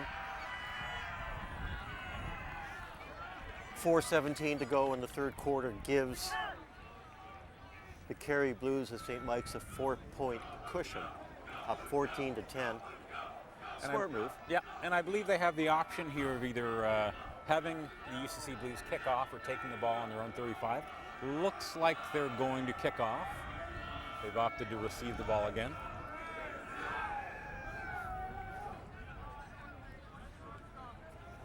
Interesting call on waiting for the kick, knowing that UCC has the wind. Yeah. But maybe I've been watching too many professional football league games where I can see the ball sailing into the end zone. Yes, yeah.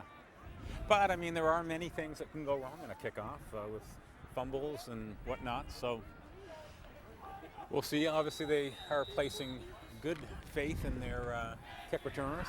Stevenson holding the ball, Patrick Stevenson for our Powers kick. See what happens from his 35. The ball on the 23. Run back by Liam Grippo. So the decision pays off as they've gained probably 10 yards. 10 yards on the play. 45-yard line, St. Mike's. Take possession. We've had a little bit of everything today. Yep. Turnovers, misplays, Big plays, strong defense. interceptions. Yep. It's been a very exciting game. 4:06 to go. St. Mike's in possession. Again to the ground. Breaks a tackle.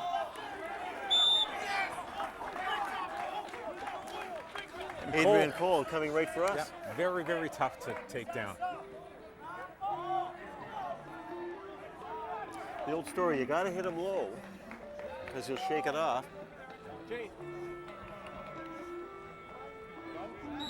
And we have a 2nd down, about 5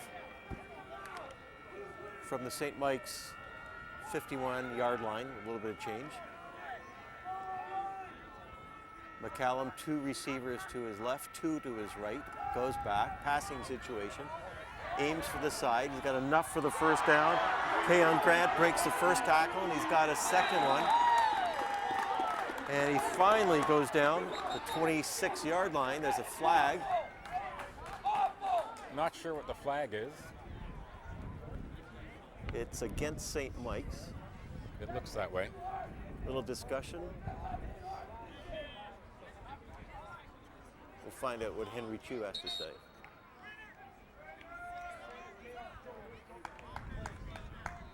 It looks like it was a penalty was called after the reception. Right. And there's an injury on the far side of the field.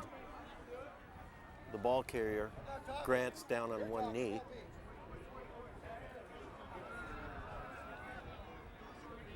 Officials having a chat while he's being attended to. St. Mike's will have control with a 1st down at their 43, 44-yard line. With a 4-point lead and 3:07 to go in this 3rd quarter. wind picking up just a bit, overcast. Coming to you from Toronto, the home of the Upper Canada College Blues, finishing first in the league, undefeated this year, and hoping to win just one more game before they put the equipment away, and that's this one. Retain the championship trophy in an undefeated season. And these, you know, the past 3 or 4 years anyways, the championship games have been just great games. Usually very tight, usually, you know, a touchdown, you know, difference, certainly between St. Andrews and UCC. That's been the case, and looks like another great game today. Timeout on the field is to attend to the injury of St. Mike's running back Keon Grant, number 32, who is up on his legs now and is being, well, he's up walking off on his own. That's nice to see. Yeah.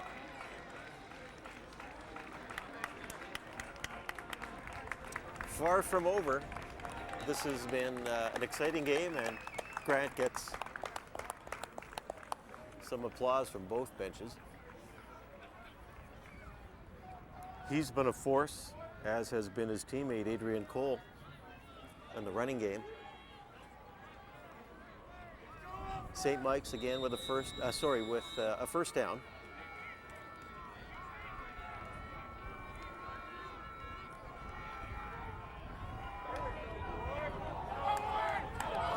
Adrian Cole, there's a flag. There's 3 pieces of orange laundry on the ground. I imagine As he gains some yardage down to the 20, but it's coming back.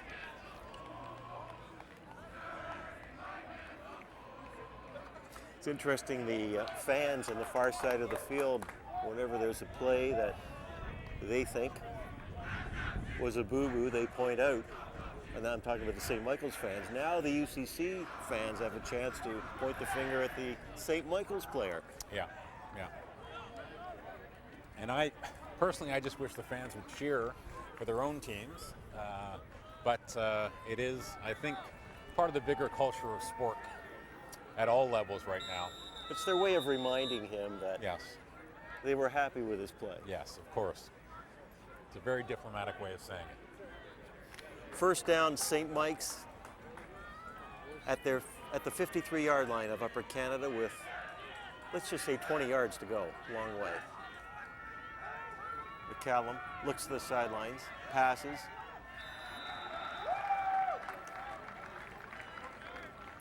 Got a bit of the penalty back, not much. Yeah, this is a big play here, but 2nd and 16 maybe? It's been a tough afternoon for the Upper Canada defense, but they have been impressive. Waiting for the UCC offense to do a little bit of exploding, getting some points. Well, I think defense has been a strength of both of these teams over the season. Second down, about 16 from the UCC 49. Pass coming to us on the side, right through the hands of Dondre Ramsden, number 1. Jack Stevens, whose number we've called a few times, was there likely to wrap him up anyways, even if he did catch the ball. So the UCC Blues will get the ball over or on a turnover on downs here. Stevens was just waiting to say catch it. You're not going anywhere. Yeah. So kicking situation for St. Michael's. Ryan Ort will be kicking from his 50.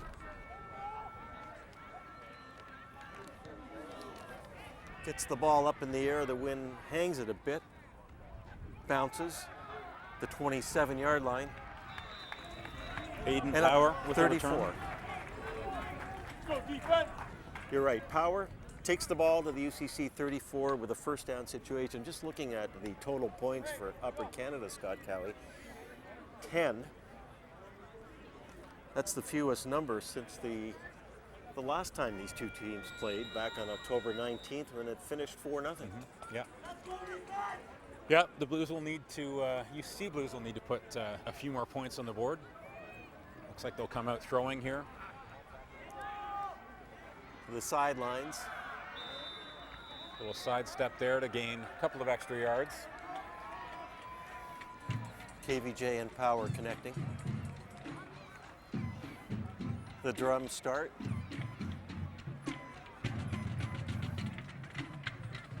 Second and 5. Very cautious. Both teams hoping not to turn the ball over. KVJ looking again, doesn't see his receiver. Now to this side, and he overthrows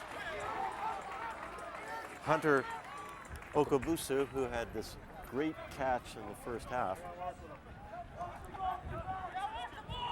Yeah. Sets up a third down situation. Upper I think Canada. if KVJ had the opportunity there to rethink that one, he may have just tried to run, may have got the picked up. He 4 or felt some 5 yards. jerseys on his back, and Yep. if he would have stopped, planted his feet, you're right. Could have, coulda, woulda, and shoulda. That's right. Remember that? And it's really easy for us to call the plays here on the sidelines. Aiden Power back to punt. Last minute of the third quarter. Powers punt up. Wynn carries it a bit. Bounces. Taken on the 22-yard line by St. Mike's. Stretches to the 30. Goes down with 28.2 seconds to go in this third quarter. St. Mike's holding a 14-10 lead over Upper Canada in the 2014 CISAA Football Championship, coming to you from the Oval of Upper Canada College in Midtown Toronto. Scott? Well, if the UCC Blues can hold them here, they're likely going to put themselves in a position where they're going to get some decent field position, and they haven't had that a lot the whole game. No, it's been in their end most of the game. You're So it's absolutely an right. important series for the UCC Blues here. Try and stop the Carey Blues from progressing. They'll probably stick to the round game. Very good play there by Henry Gould to wrap up Adrian Cole. Again, going off tackle. Pick up about 5. And this is the last play of the third quarter, barring a penalty. I mean, it just goes to show you Is that a white towel there? Or? on the field. Yeah, one of the players lost their towels.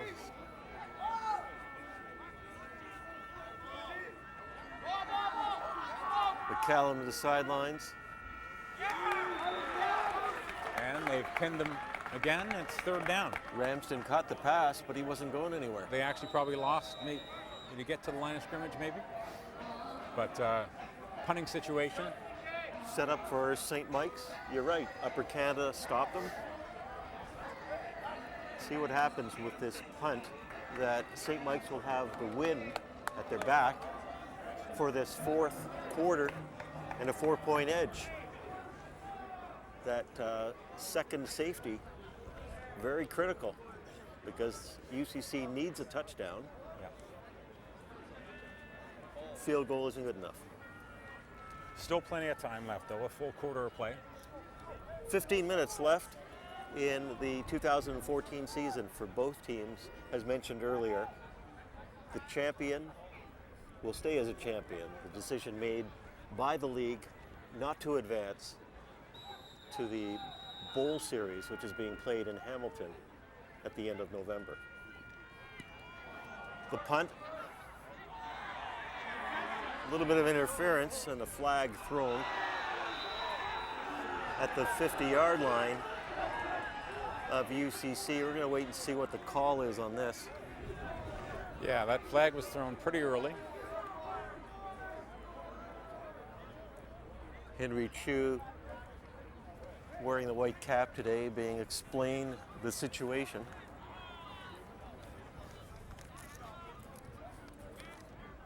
And we'll certainly find out.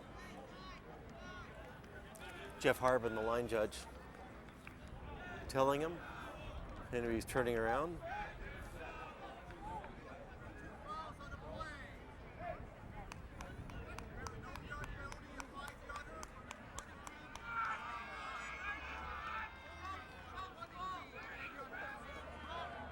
Two penalties against St. Mike's. One for no yards, one for holding, That gives a huge gain. Upper Canada, they now have first down on St. Mike's 48-yard line. Yeah, this might be the best possession they've had to start a drive. Going into the wind, Zachary KVJ looks for a receiver on the far side, and he gets him. Aiden Power on the reception. 6 yards. Appears as if they made a decision to go to the air, try the passing game more so than sticking on the ground. This beefed up St. Mike's defensive line isn't giving him much room. Well, I suspect the injury to Philippe Archambault may have something to do with that as well. I don't see him out there. 2nd and 5. Power now, quarterback, finds Hubert down the middle, and He's in for a touchdown. the touchdown. There was no one within 10 yards of him on either side. He just broke clear, took the ball, and all he was looking for was straight ahead. And with 14-15, like 45 seconds into this fourth quarter, suddenly Upper Canada's back in charge. Well, and you said that the UCC Blues are going to need a major to go ahead, and they've responded well. And with the convert, that'll put them a field goal ahead.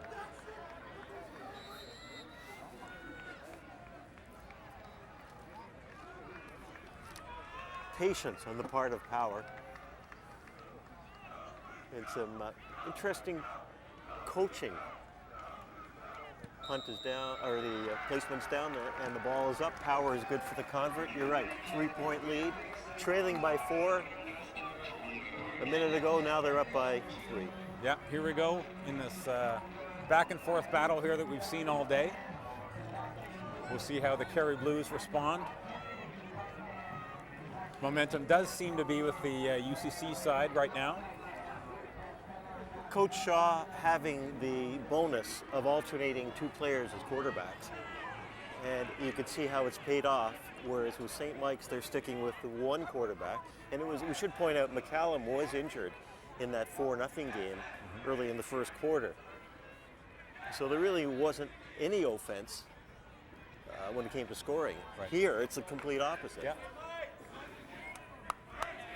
But Shaw and the Blues of UCC win on that last series after, as you pointed out, containing St. Mike's at their end. And then the 2 penalties, costly penalties by St. Mike's, just gave the UCC Blues a huge bonus. Yeah.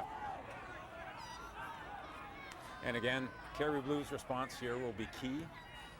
Crowd back into the game, the kickoff. It's taken by number 32, and Keon Grant, who was injured 5 minutes earlier, shows that he's shaken that off, and he's taken the ball up to the 51-yard line of St. Mike's.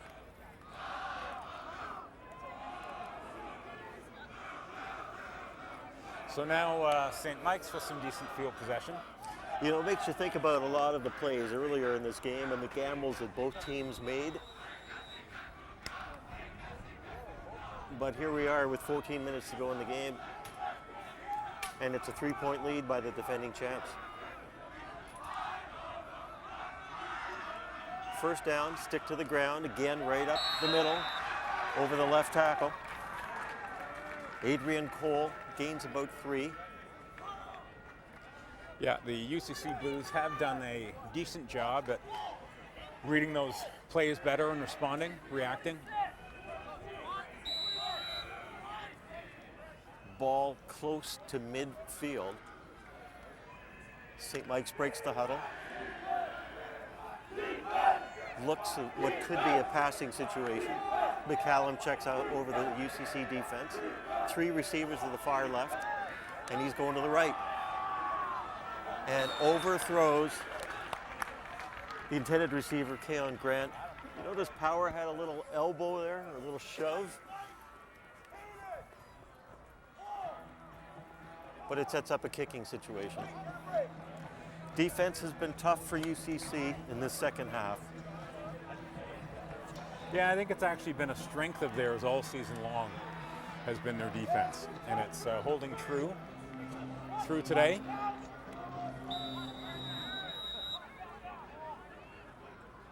Ryan Ort, number 25, sits back to punt the ball. He's on his 40-yard line, steps up a bit, waiting for it. Aiden Power on the return. There's a penalty flag down. And Power goes down on the 45. We'll see what the call is. They're starting to get a little tired. Yeah. Especially the players that really haven't got off the field other than for the halftime break. Well, that flag usually indicates a holding or perhaps a block in the back.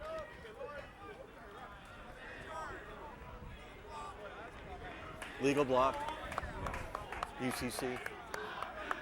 Something they don't need right now. Have to stay away from penalties and turnovers. Play some smart football in the last 10 minutes plus. Now they're hemmed into their own end. Yeah, and as we talked about, the field position is a key factor in this game and has been. 18-yard line for Upper Canada. 1st and 10.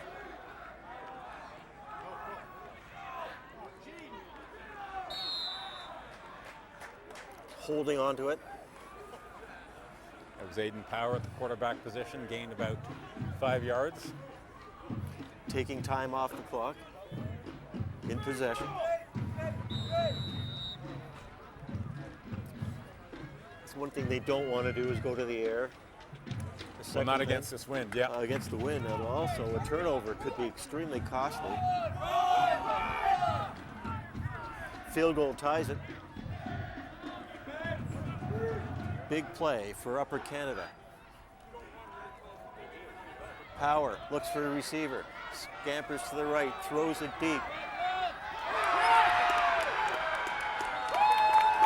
And the noise you hear is the interception. Dondre Ramsden with the interception. We just talked about turnovers. And that's a momentum burst for St. Mike. Granted, it's on their 44-yard line. Turnovers have been costly, though, for the Blues. I believe that's their 3rd interception of the game.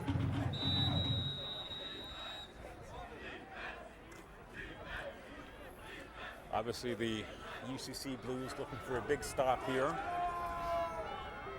1st and 10, St. Michael's. Stick to the ground game. Again, it's to Cole. He's got 10. He's got the first down. He's got more than that. 12 yards. Move the sticks. They're now in the UCC end of the field.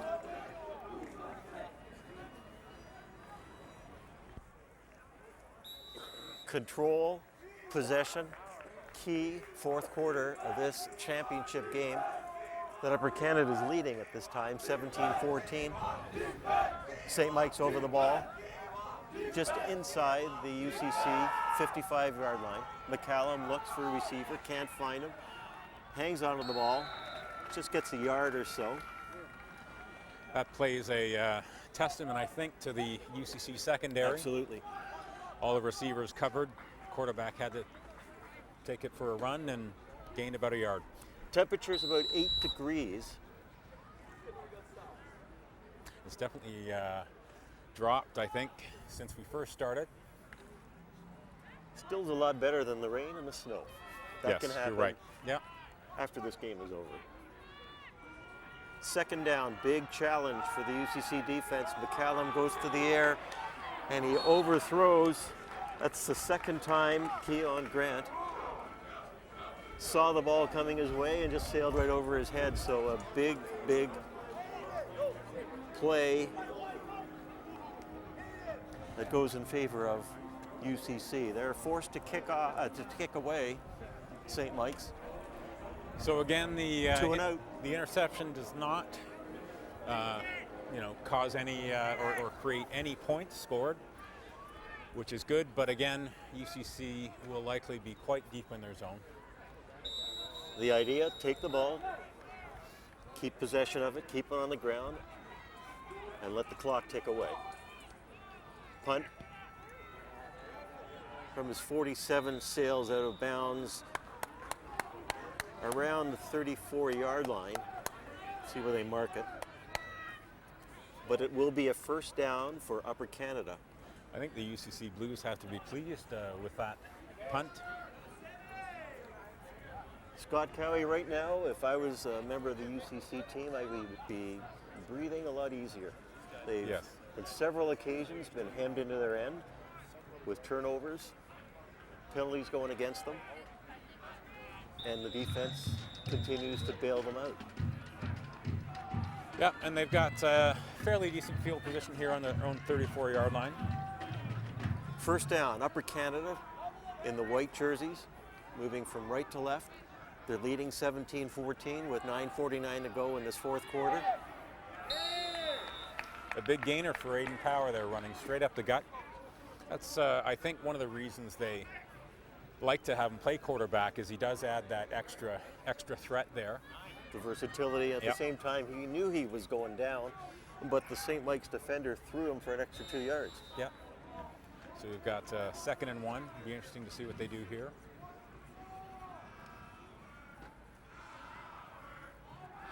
A lot of cheering on the other side by the St. Mike's fans.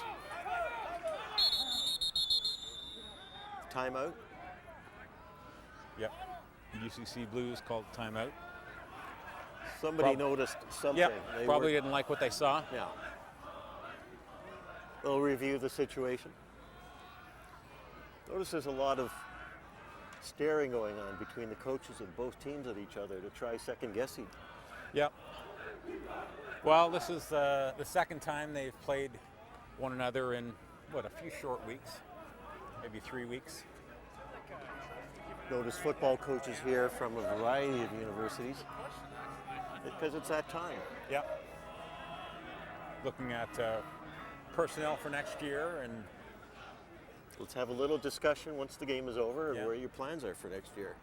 I wonder if there may even be some coaches here for the Ontario Football League as well.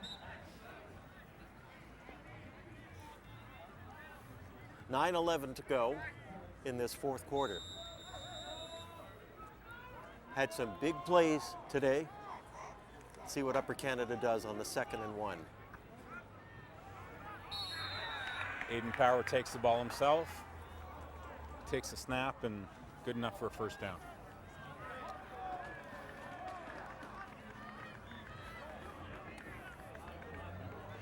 So again, the UCC Blues looking to sustain this drive here. Touchdowns today for Upper Canada by Jeffrey on that 105-yard wide and short field goal attempt in the first quarter, and by J.C. Hebert that gave Upper Canada the lead. A nice pass, reception. It's first down. That's a big throw. TVJ goes to the far right side of the field looking for Power. It's overthrown. Lots of overthrown balls today on both sides of the ball, David. That's why we're on this side, but I still have to raise the question, Scott.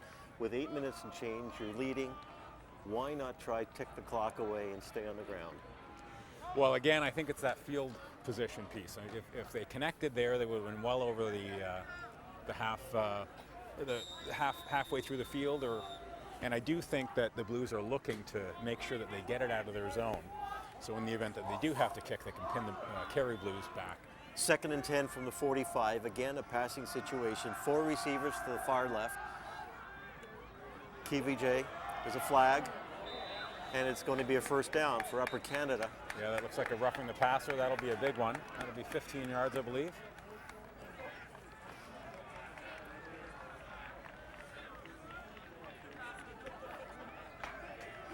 Roughing the passer. Again, discipline.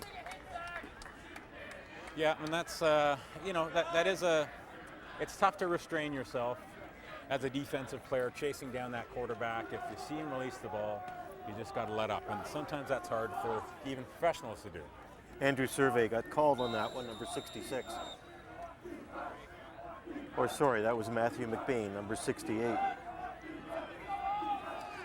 So the UCC Blues keep that drive alive with the penalty. First down on the 45 of St. Mike's. KVJ fakes the handoff right down the middle, grabbing the ball. That was a great catch by Patrick Stevenson. And all he did was he touched ground and said, "That's it. I don't want to go any further. Thank you very much." Huge play. Set up again by penalties to St. Mike's. 2 in the previous possession that led to the touchdown, and now another costly mistake. Yeah. Yeah, a very good catch. It wasn't an easy ball to catch by Patrick Stevenson. Sets up a first down for UCC at St. Mike's 16-yard line. A chance to add more points. They'd like a touchdown. Fake handoff. Another flag. Thrown out of bounds. I think that'll be a I think hold it's on holding. the UCC O-line. Yep. We'll see what Henry Chu has to say about it, the referee in charge of today's game. A very experienced officiating crew. Nice to see for what is a very important game, and it is against Upper Canada. 6:55 to go in the fourth quarter. That's a big penalty.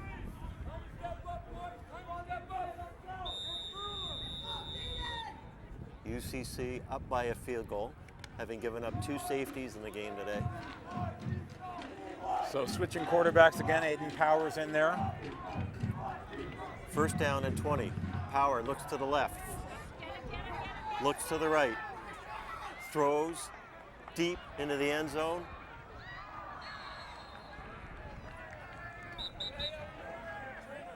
Incomplete. We have an injured St. Mike's player. Number 86, Dylan Ormisher. Big boy, 6'3", 230 pounds. Were you ever that big when you were in high school, Scott? Not quite that big. Scott Cowie and David Grossman bringing you today's game from Upper Canada College. We have a timeout on the field. Yeah, let's hope that player's okay. He, even the UCC Blues player who was blocking him immediately looked up for the trainer. Haven't seen Archambault return to the lineup for UCC. No, and I'm not certain what the report is for him, but I think you're right. Oh, it's good to see the Kerry Blues player get up. You know, these players, they know it's their last game for the school. They're graduating. They want to get in there so badly. They know their team is winning, so close. Yeah. And they're one of the best players on the roster. And yet, combination of the coaching decision, the medical staff decision, and actually how the player is physically. Yeah.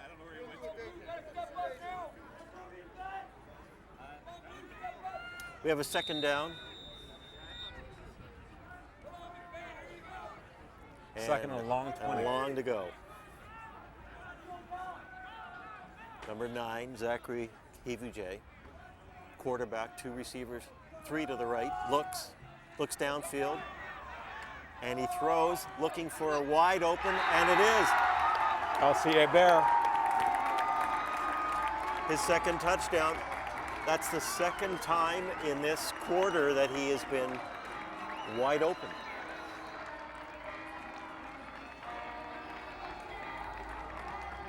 Hard to believe that St. Mike's defense would leave a receiver that wide open in a game that is so close.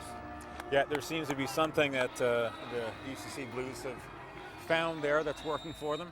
6:07 to go in the fourth quarter. He bears second touchdown of the game, both on receptions. Makes the score a little bit more comfortable. Power sets up for the convert. The ball is down. The kick is up. It's good. And now we have a 10-point lead. Upper Canada in control, 24-14. Just over 6 minutes away from a little bit of what they call post-game celebration, right? Yeah, lots of time left though, and we know that St. Mike's has a very effective running game, and I mean, if one of the running backs just manages to break one of those, I think the Blues need to be the UCC Blues need to be very wary of the ability of any one of their 2 or 3 running backs. And we both know this is an interesting game where anything can happen Absolutely. at any time. Turnovers, penalties, big plays. And 6 minutes is an eternity.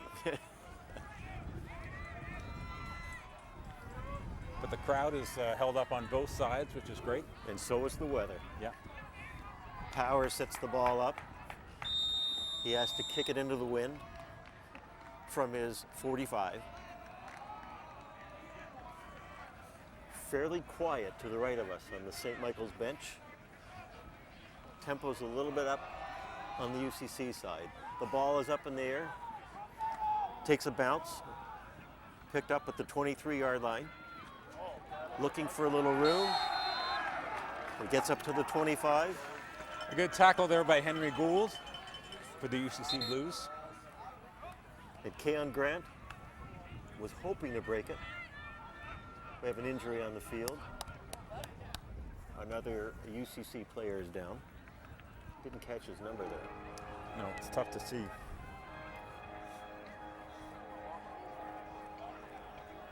But it'll be first down for St. Mike's as they try to get the offense moving. They've had some success, but they've been stopped by a very stubborn and determined Upper Canada defensive team, particularly the line and the secondary.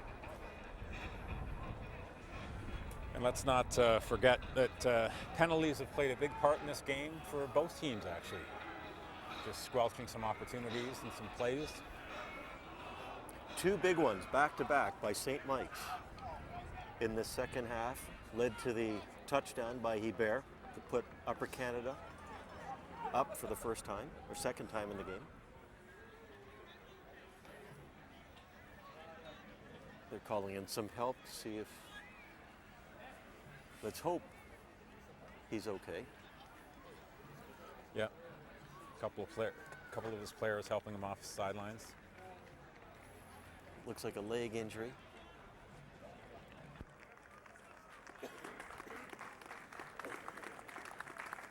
Players on both teams and fans concerned. Liam Grippo, graduating from St. Mike's. Number 10 helped off the field. So let's set it up. 2nd and 8. Upper Canada. Power in at quarterback.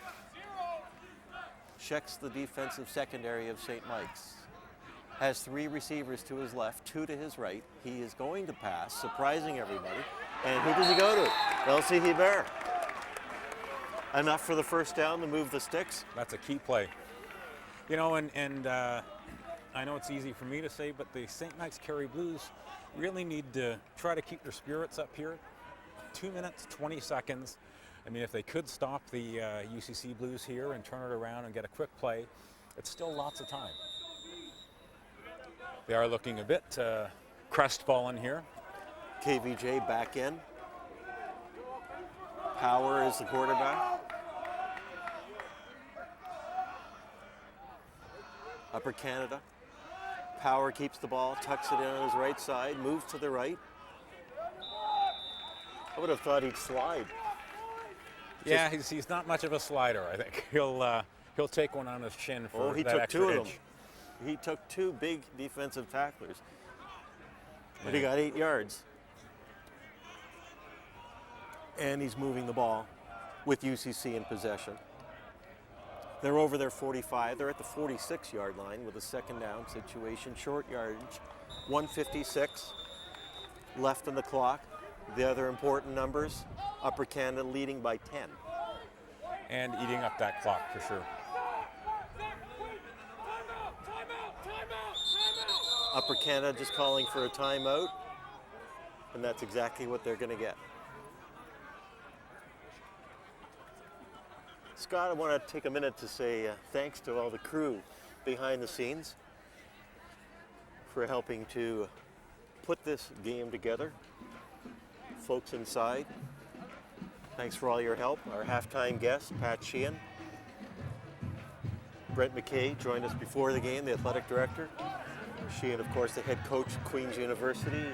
Traditionally very strong, reputable program, as is the head coach as well. Chris and Emily and communications. Great job they did this year, as they do all the time in supporting Upper Canada athletics. And to you, thank you. It's been a lot of fun. Yeah, it has, and we'll do it again next season and try to, connect again at various points next year. But we've still got a minute 42 here. We do. Play. And I'm keeping my eye over your left shoulder and mine to make sure that bucket with water doesn't come close to us at all. Yeah. I think probably the UCC Blues players are thinking about that at this point. 10 points ahead with a minute 40. Second and a yard, or just more than that to go. I think they're trying to draw him offside here.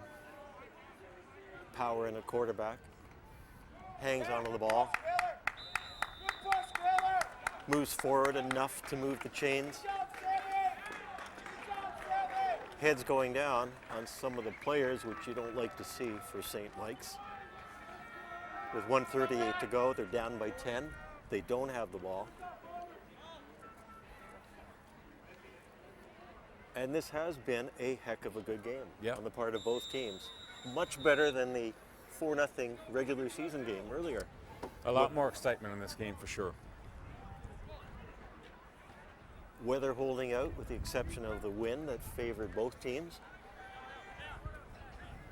1st and 10 for Upper Canada. Snap, Power takes it, tucks it under his left, looks for some room, gets the first down, and more. He's up to the 40, to 35, and then he's down on the 30. Cheered on by his team, and he waves to them. Something else I've noticed by this Upper Canada team is that in past it's been 1 or 2 players that would go over and cheer on their teammate after a score or after a key grab or a run. But in this game today, I've noticed 5 or 6, 7, sometimes even more. So the support from the teammates has been very, very strong. Yeah, and I do know that that's a key feature that Coach Shaw and the coaching staff do try to implement in the players, is just that togetherness as a team, and I do certainly think it pays off. First down and 10 for UCC. They hang on to the ball. Wong has it, does a little dancing, goes over the right side. They're deep in the St. Mike's end. We're down to the last 46 seconds of this 4th quarter. Fair to assume, I'll go on record to say that St. Mike's came close, but Upper Canada will retain and hang on to what has become their 2nd championship in a row, and well deserving of it. St. Mike's calling for a timeout.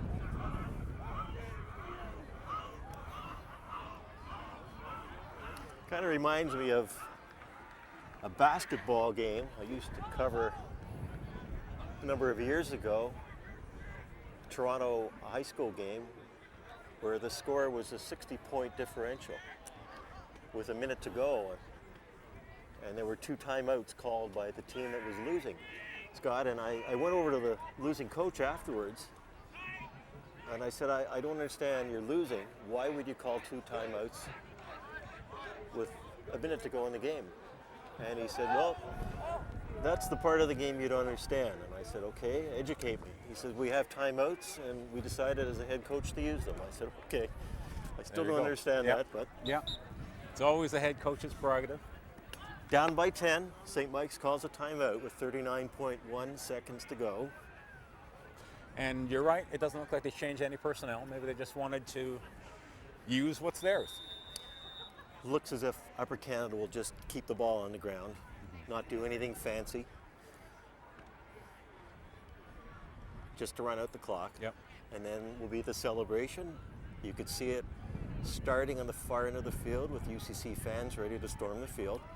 Wong takes the handoff, goes to the right side, goes down. Eats up a few seconds. The drums have stopped for St. Mike's. The fans are quiet for St. Mike's. And he did. And the key piece there, David, is that Justin Wong did pick up the first down. So it certainly looks as though, at this point, I'll go on record and say that the UCC Blues remain undefeated. A great year for them. Finally see a smile on the athletic director of Upper Canada, Brent McKay. His team 16 seconds away from Power takes a knee.